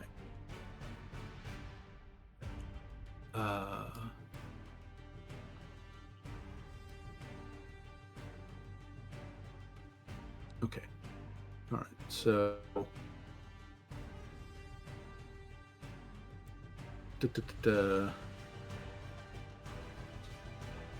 He is going to move through there. Okay,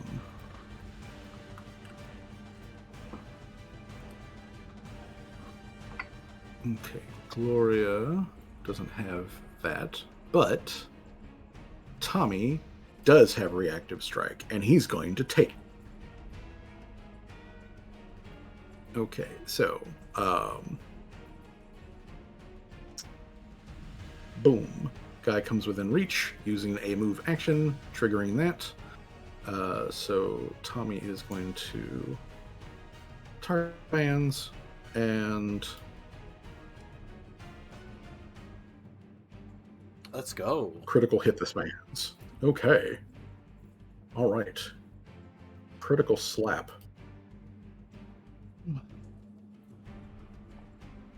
Hell yeah. Boom. Okay. Crap, yeah. Just backhands that zombie as it comes rushing up. However, it is using its ability, so like it comes rushing up and does 2 attacks versus Tommy. So, targeting Mr. Tombus. All right. All right, Tomas. It is time for you to take the wounding.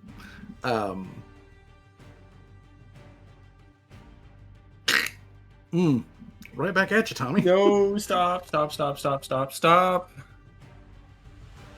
Cat's walking all over my keyboard again. Yeah.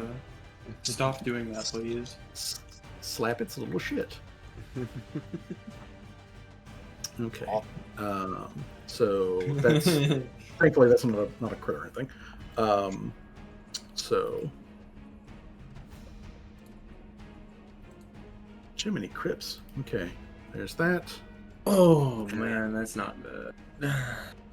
And then it gets to make its second attack. And that is going to be a miss. All right. Cool. It's Left 4 Dead. It is Left 4 Dead. That is what you're currently playing, is dead. And the dead have left, and they're coming for you. So, speaking of which, hello, Mr. Muffet. Muffet. Can't pronounce his R's. But yeah, this dwarf zombie comes rolling at you, Jamal. And You it is going to stop that. All right, Mr. Ruffet. The voice is Mr. so Ruff on the funny. Buffet. Short.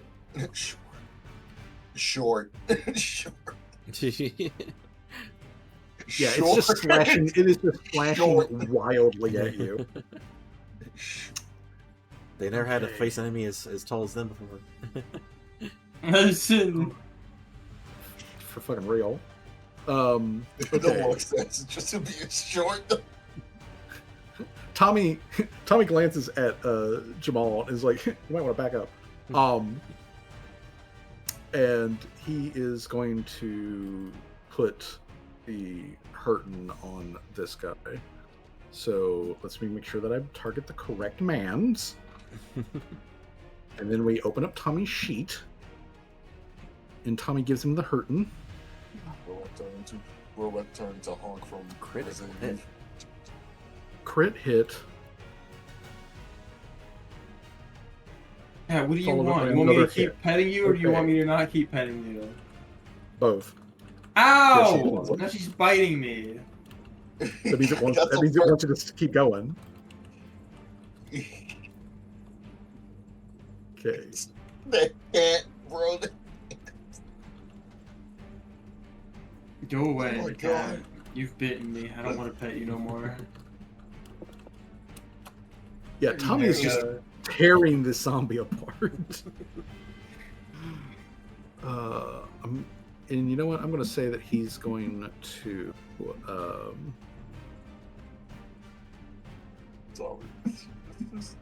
Tom's like, I'm getting sick of this, bro.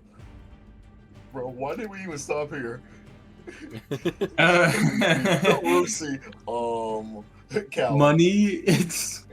Hey man, we'll still Money? make some money, just in Make some a money. Just not in the other way. It would be killing people. Like money. All right. So, okay, Monday. Callie. Yes. To disable the giant robot, you are going to need to spend all 3 of your actions to make a craft check.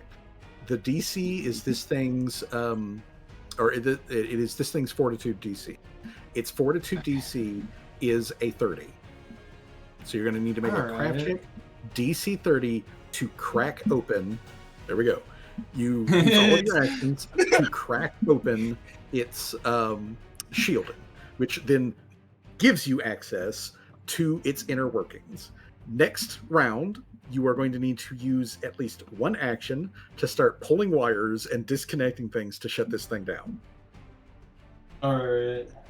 Well, I got the shielding done, so next round I'll start ripping out a tire. Shielding down.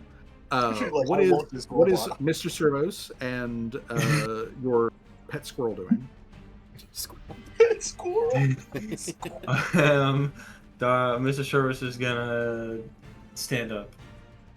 Okay, Mr. Servos stands up, which means we remove quickened action, and then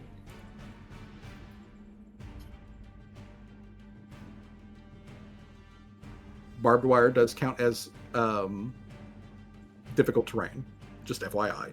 And if he's going to, he has it. Does Mr. Servos have a climb speed? He does. I'm pretty sure. Yeah, he's got the.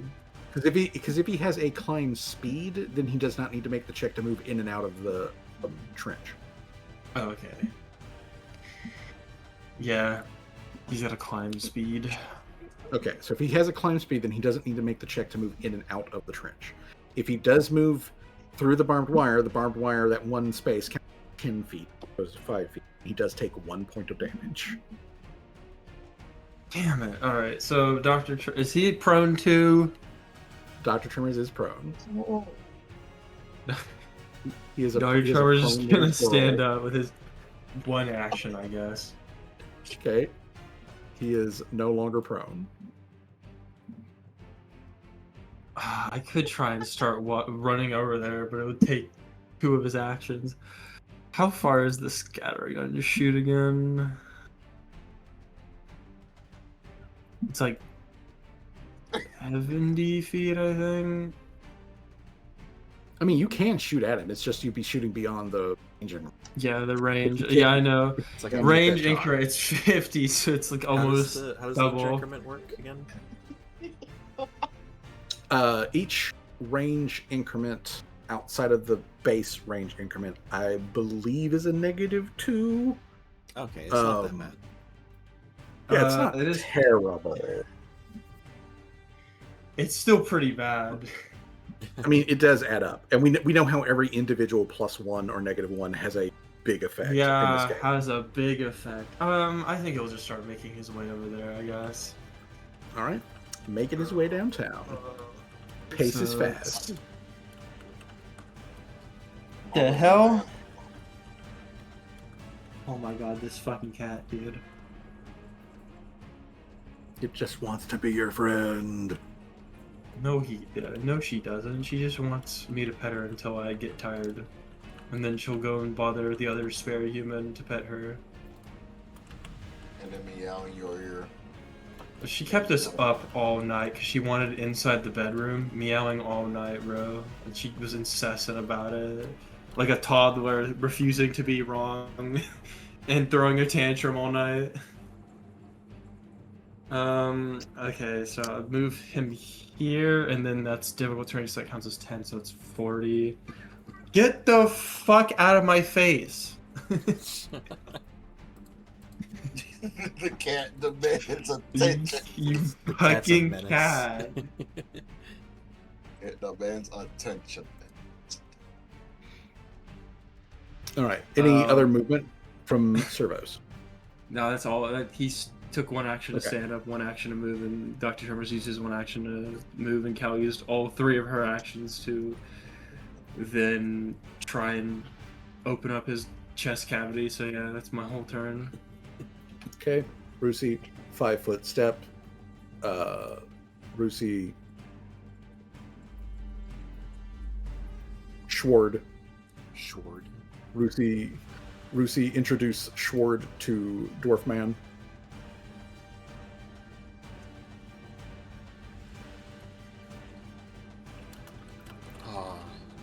And that still hit. Nice. Yep, still hits. Crazy. Oh damn, that's pretty good. Damn, it doesn't kill it though. Hacks away at Yes, Tarzan. Mrs. Cat. Okay, so Tarzan. Okay, so untarget that guy. Move this guy because always in the fucking way.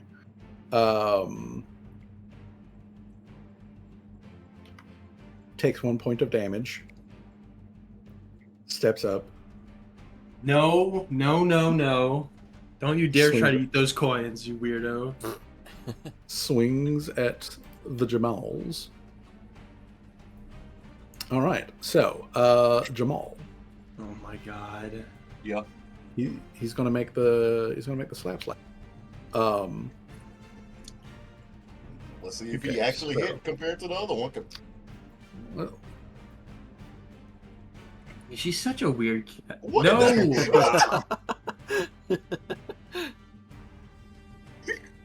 No, This is not don't happening try to right eat that now. either. he tries is not and he happening right now. fails. Yes. Like they are just clawing and gnashing at you, and you're just like, nope. Okay. And thankfully, these guys are like, zombies, so they get very limited actions. Thank God. So, however, this guy though, he's not a zombie. And No, he's not. Rosie is rushing forward. So, let's see. I'm not gonna do that one. Rose is on a mission.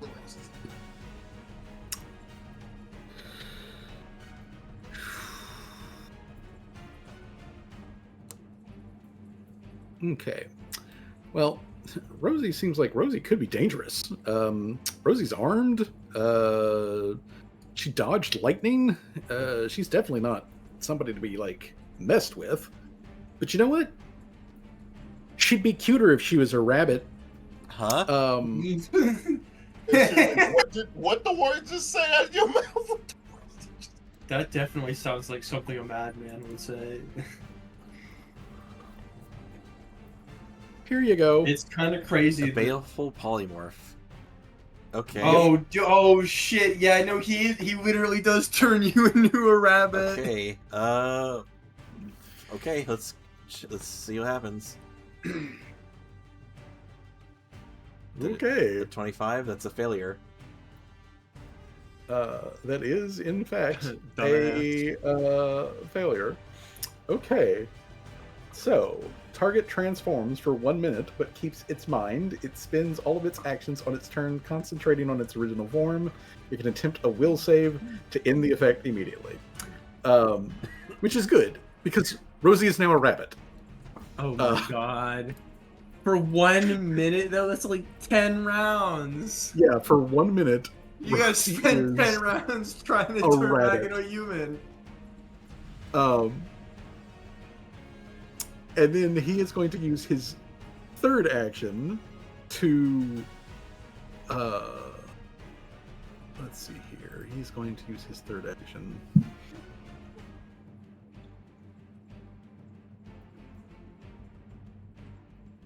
It would have been cute if I had grown bunny ears or something. But I think this is funnier. He walks menacingly towards Rabbit June. Okay, so there we go.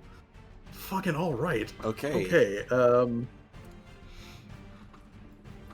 Robot. Let's see here. The robot. Bring him up. He is Okay, so the slowed effect wears off from the tar. So that's done. So now you've opened it's going to try to grab Callie.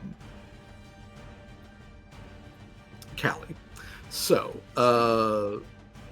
Miss Fino, it's going to target you. So let me target Callie.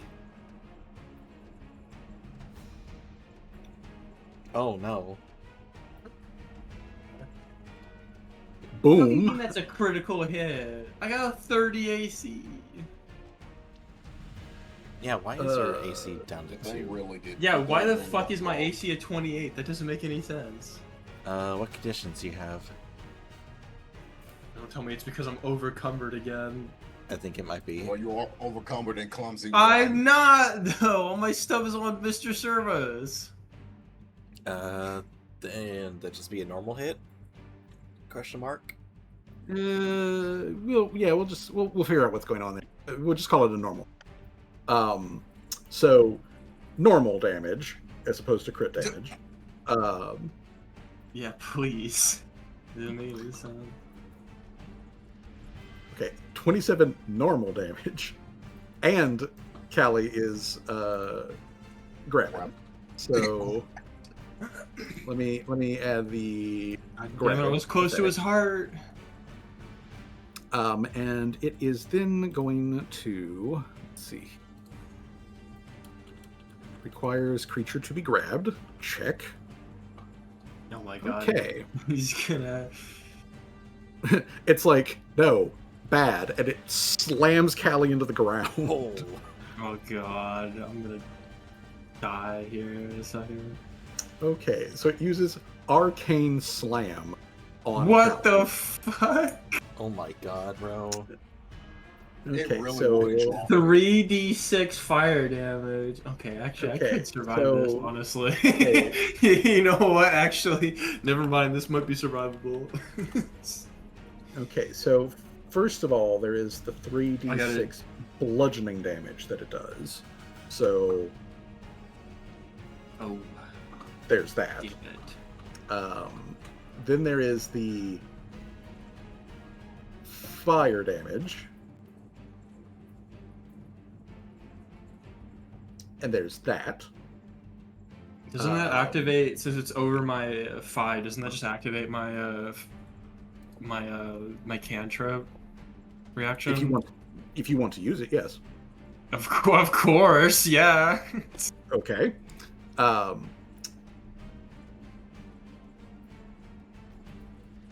Okay. You eat fire, which means you consume the fire damage. You still take the 6 points of bludgeoning damage, and then you need to make that fortitude save for the other effect. What'd you need for the other effect? Okay. So I take the bludgeon. So we're going to add prone to Callie. We're going to put Callie here.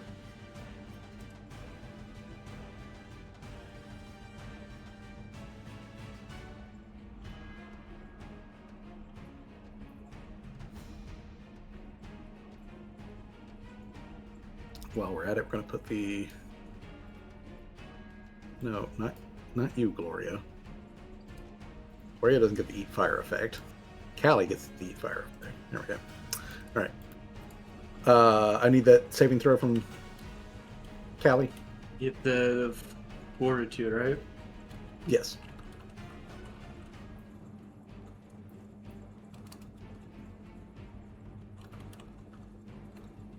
Okay. It's a failure. All right, so that means Callie is now enfeebled.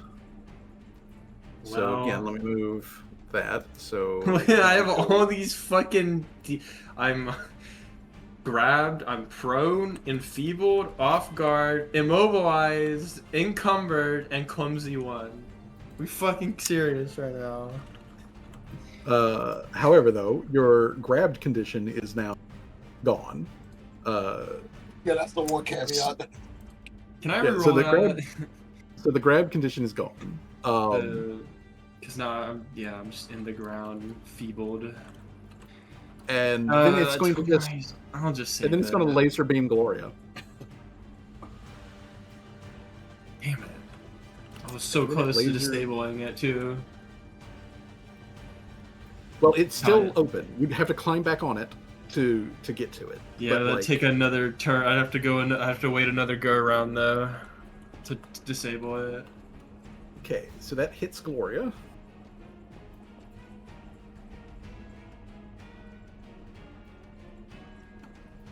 That damages Gloria. And that triggers Gloria's panic attack. Oh no. Alright. Panic attack. Alright. Gloria. Dun, dun, dun, dun. Okay. So, let's see here. Gloria has to make a, let's say, DC 24. Make that will save. She holds it together. Okay. All right. Gloria. But now she's real big. But now she's big angry. She is a big angry. Let's see here.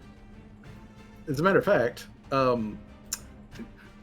Gloria steps forward protectively over Callie. And as she does so, shaking off the blast that she just took from this thing's laser, she looks down at Callie and she's like, "What part do I need to yank out?" Callie points in the direction of where she of the thing that she needs to rip out. Like right there. All right. Right there. Okay, so Gloria is going to make her check versus this guy's DC. Why is he so slippery? God damn it! Vomit. Yeah, honestly, it's probably the tar. I'm gonna be honest. Yeah.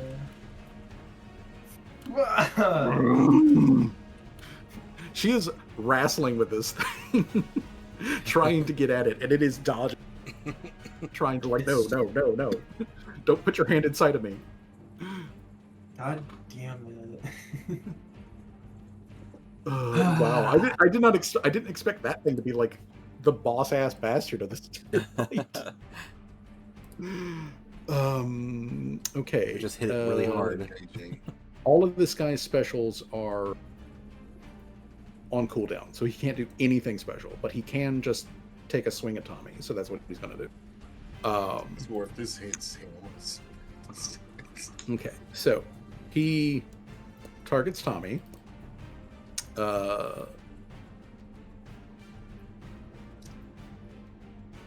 I'm going to say that Tommy is going to use his reaction to shield that. So Tommy, because his weapons are also shield.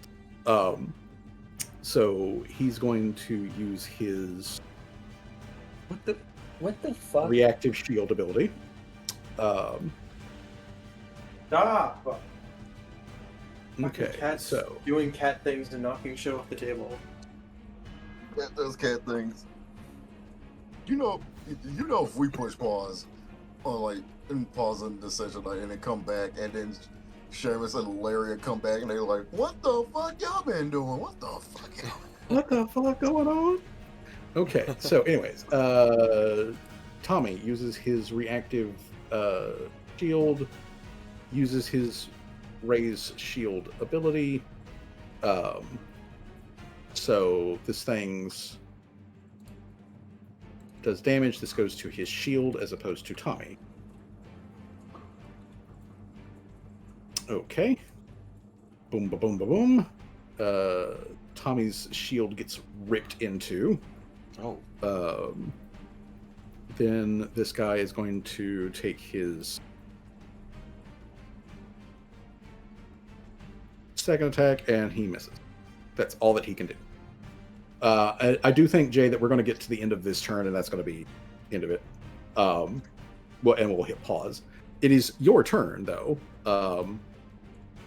this round, so feel free to shoot a zombie or something. Just so that you know, this zombie right here, he's the most dead zombie. Yeah, but I'm currently holding the assault shotgun, so I would end up hitting Tommy. You would end up hitting everybody. If you target, like, this guy, then you would just hit the zombies. I guess I go.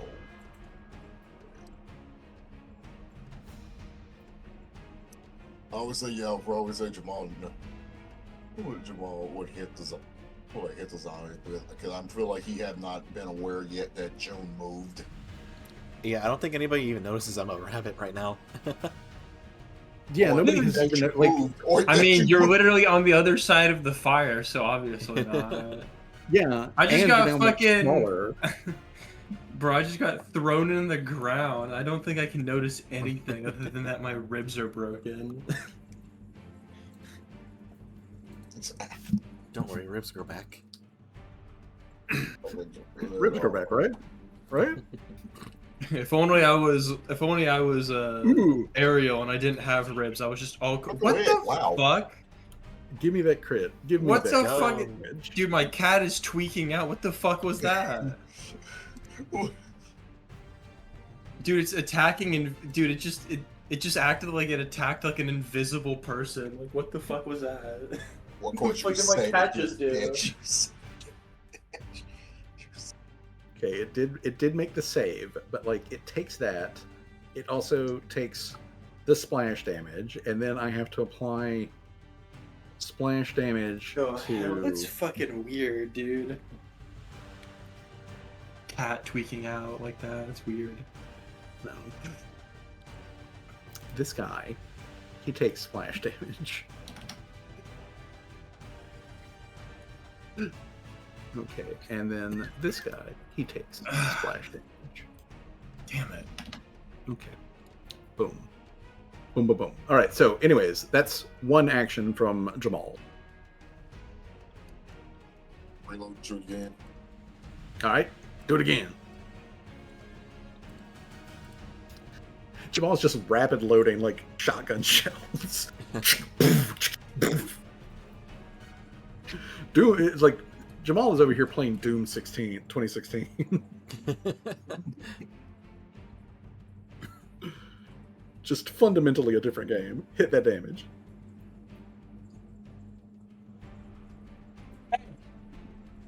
Dude, what the fuck is wrong with my cat?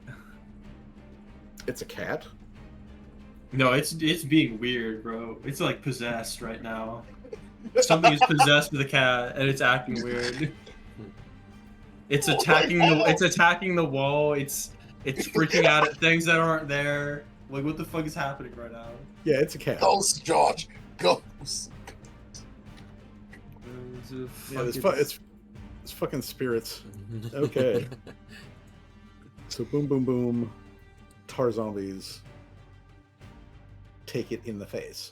So, Bunny Rabbit Rosie. Yeah. I'm gonna need you to make that save versus the Baleful Polymorph. Let me just pop it into the chat again real quick. It says it's a will save or a fortitude save though.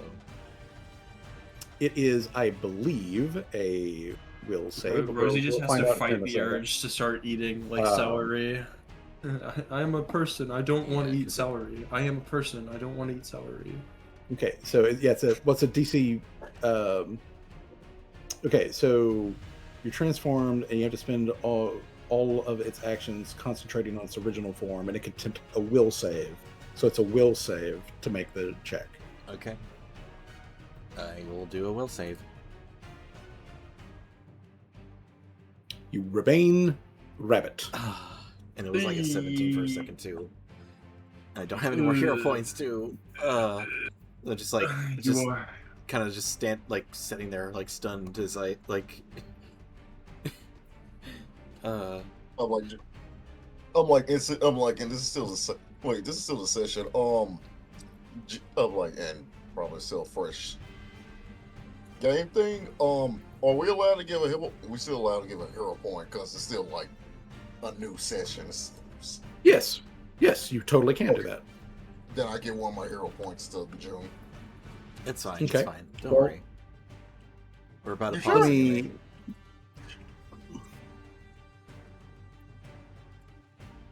He tries, but he misses. Like, you guys were doing so good right off the bat, and then like here the past We couple were rounds, doing right off the nothing. bat. We were doing good for Well, the maybe zombies. like 3 turns, and then it all went to shit, and then we've just been on a downward spiral this whole fucking session. The zombies did real good right off the bat, and then they just really fucked the pooch. Oh, hear that? I was like, Don't hear that? Speaking of the pooch.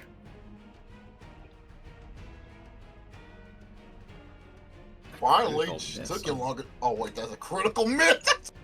And then Finally lands damage. Jesus, man. Jesus. All right, Jamal. See, wasn't that hard? Wasn't such that hard, bro? Oh God, that is so hilarious. But that is also the end of this particular turn. So we will switch back around to the top. This is where we are going to cut it, as it is 11 p.m. Eastern Standard Time. Thank you, everybody, for showing up. Josh, when you have the opportunity, do please tell Levi that we very much enjoyed having her company again, and look forward to more of that. Right now, the party's not doing great, but like, No, you're not doing like. Always You're about not to change doing the terrible. No. Everybody You're not who's doing not at terrible. half health is either a rabbit or is missing all of their shots. Oh, right now the Titans are wrestling with each other, and all Callie's got to do is get up, climb onto that thing, and pull out that. They'll pull the take 2 plug. turns.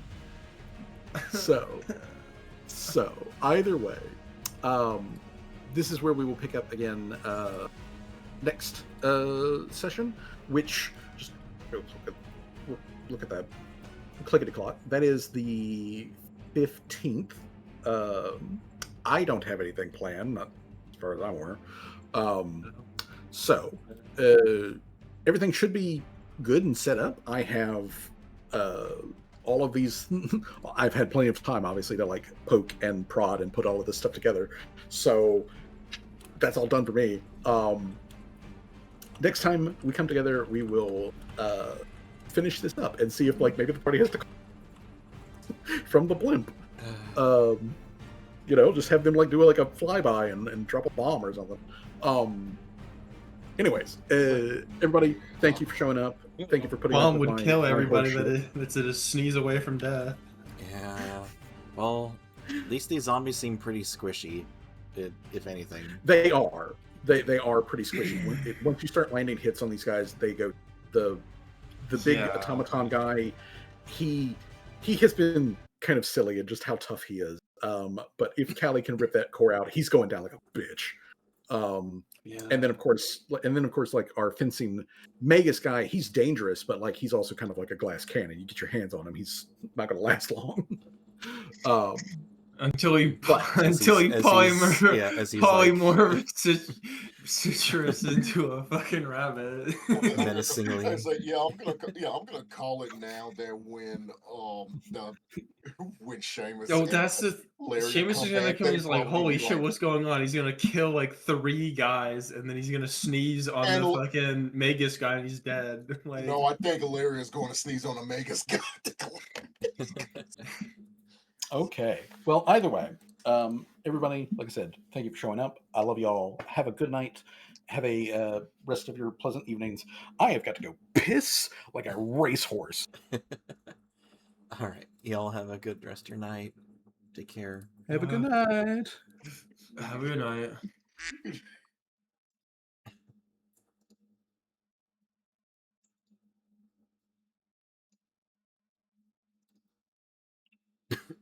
Okay. Sorry for the kind of low energy stream.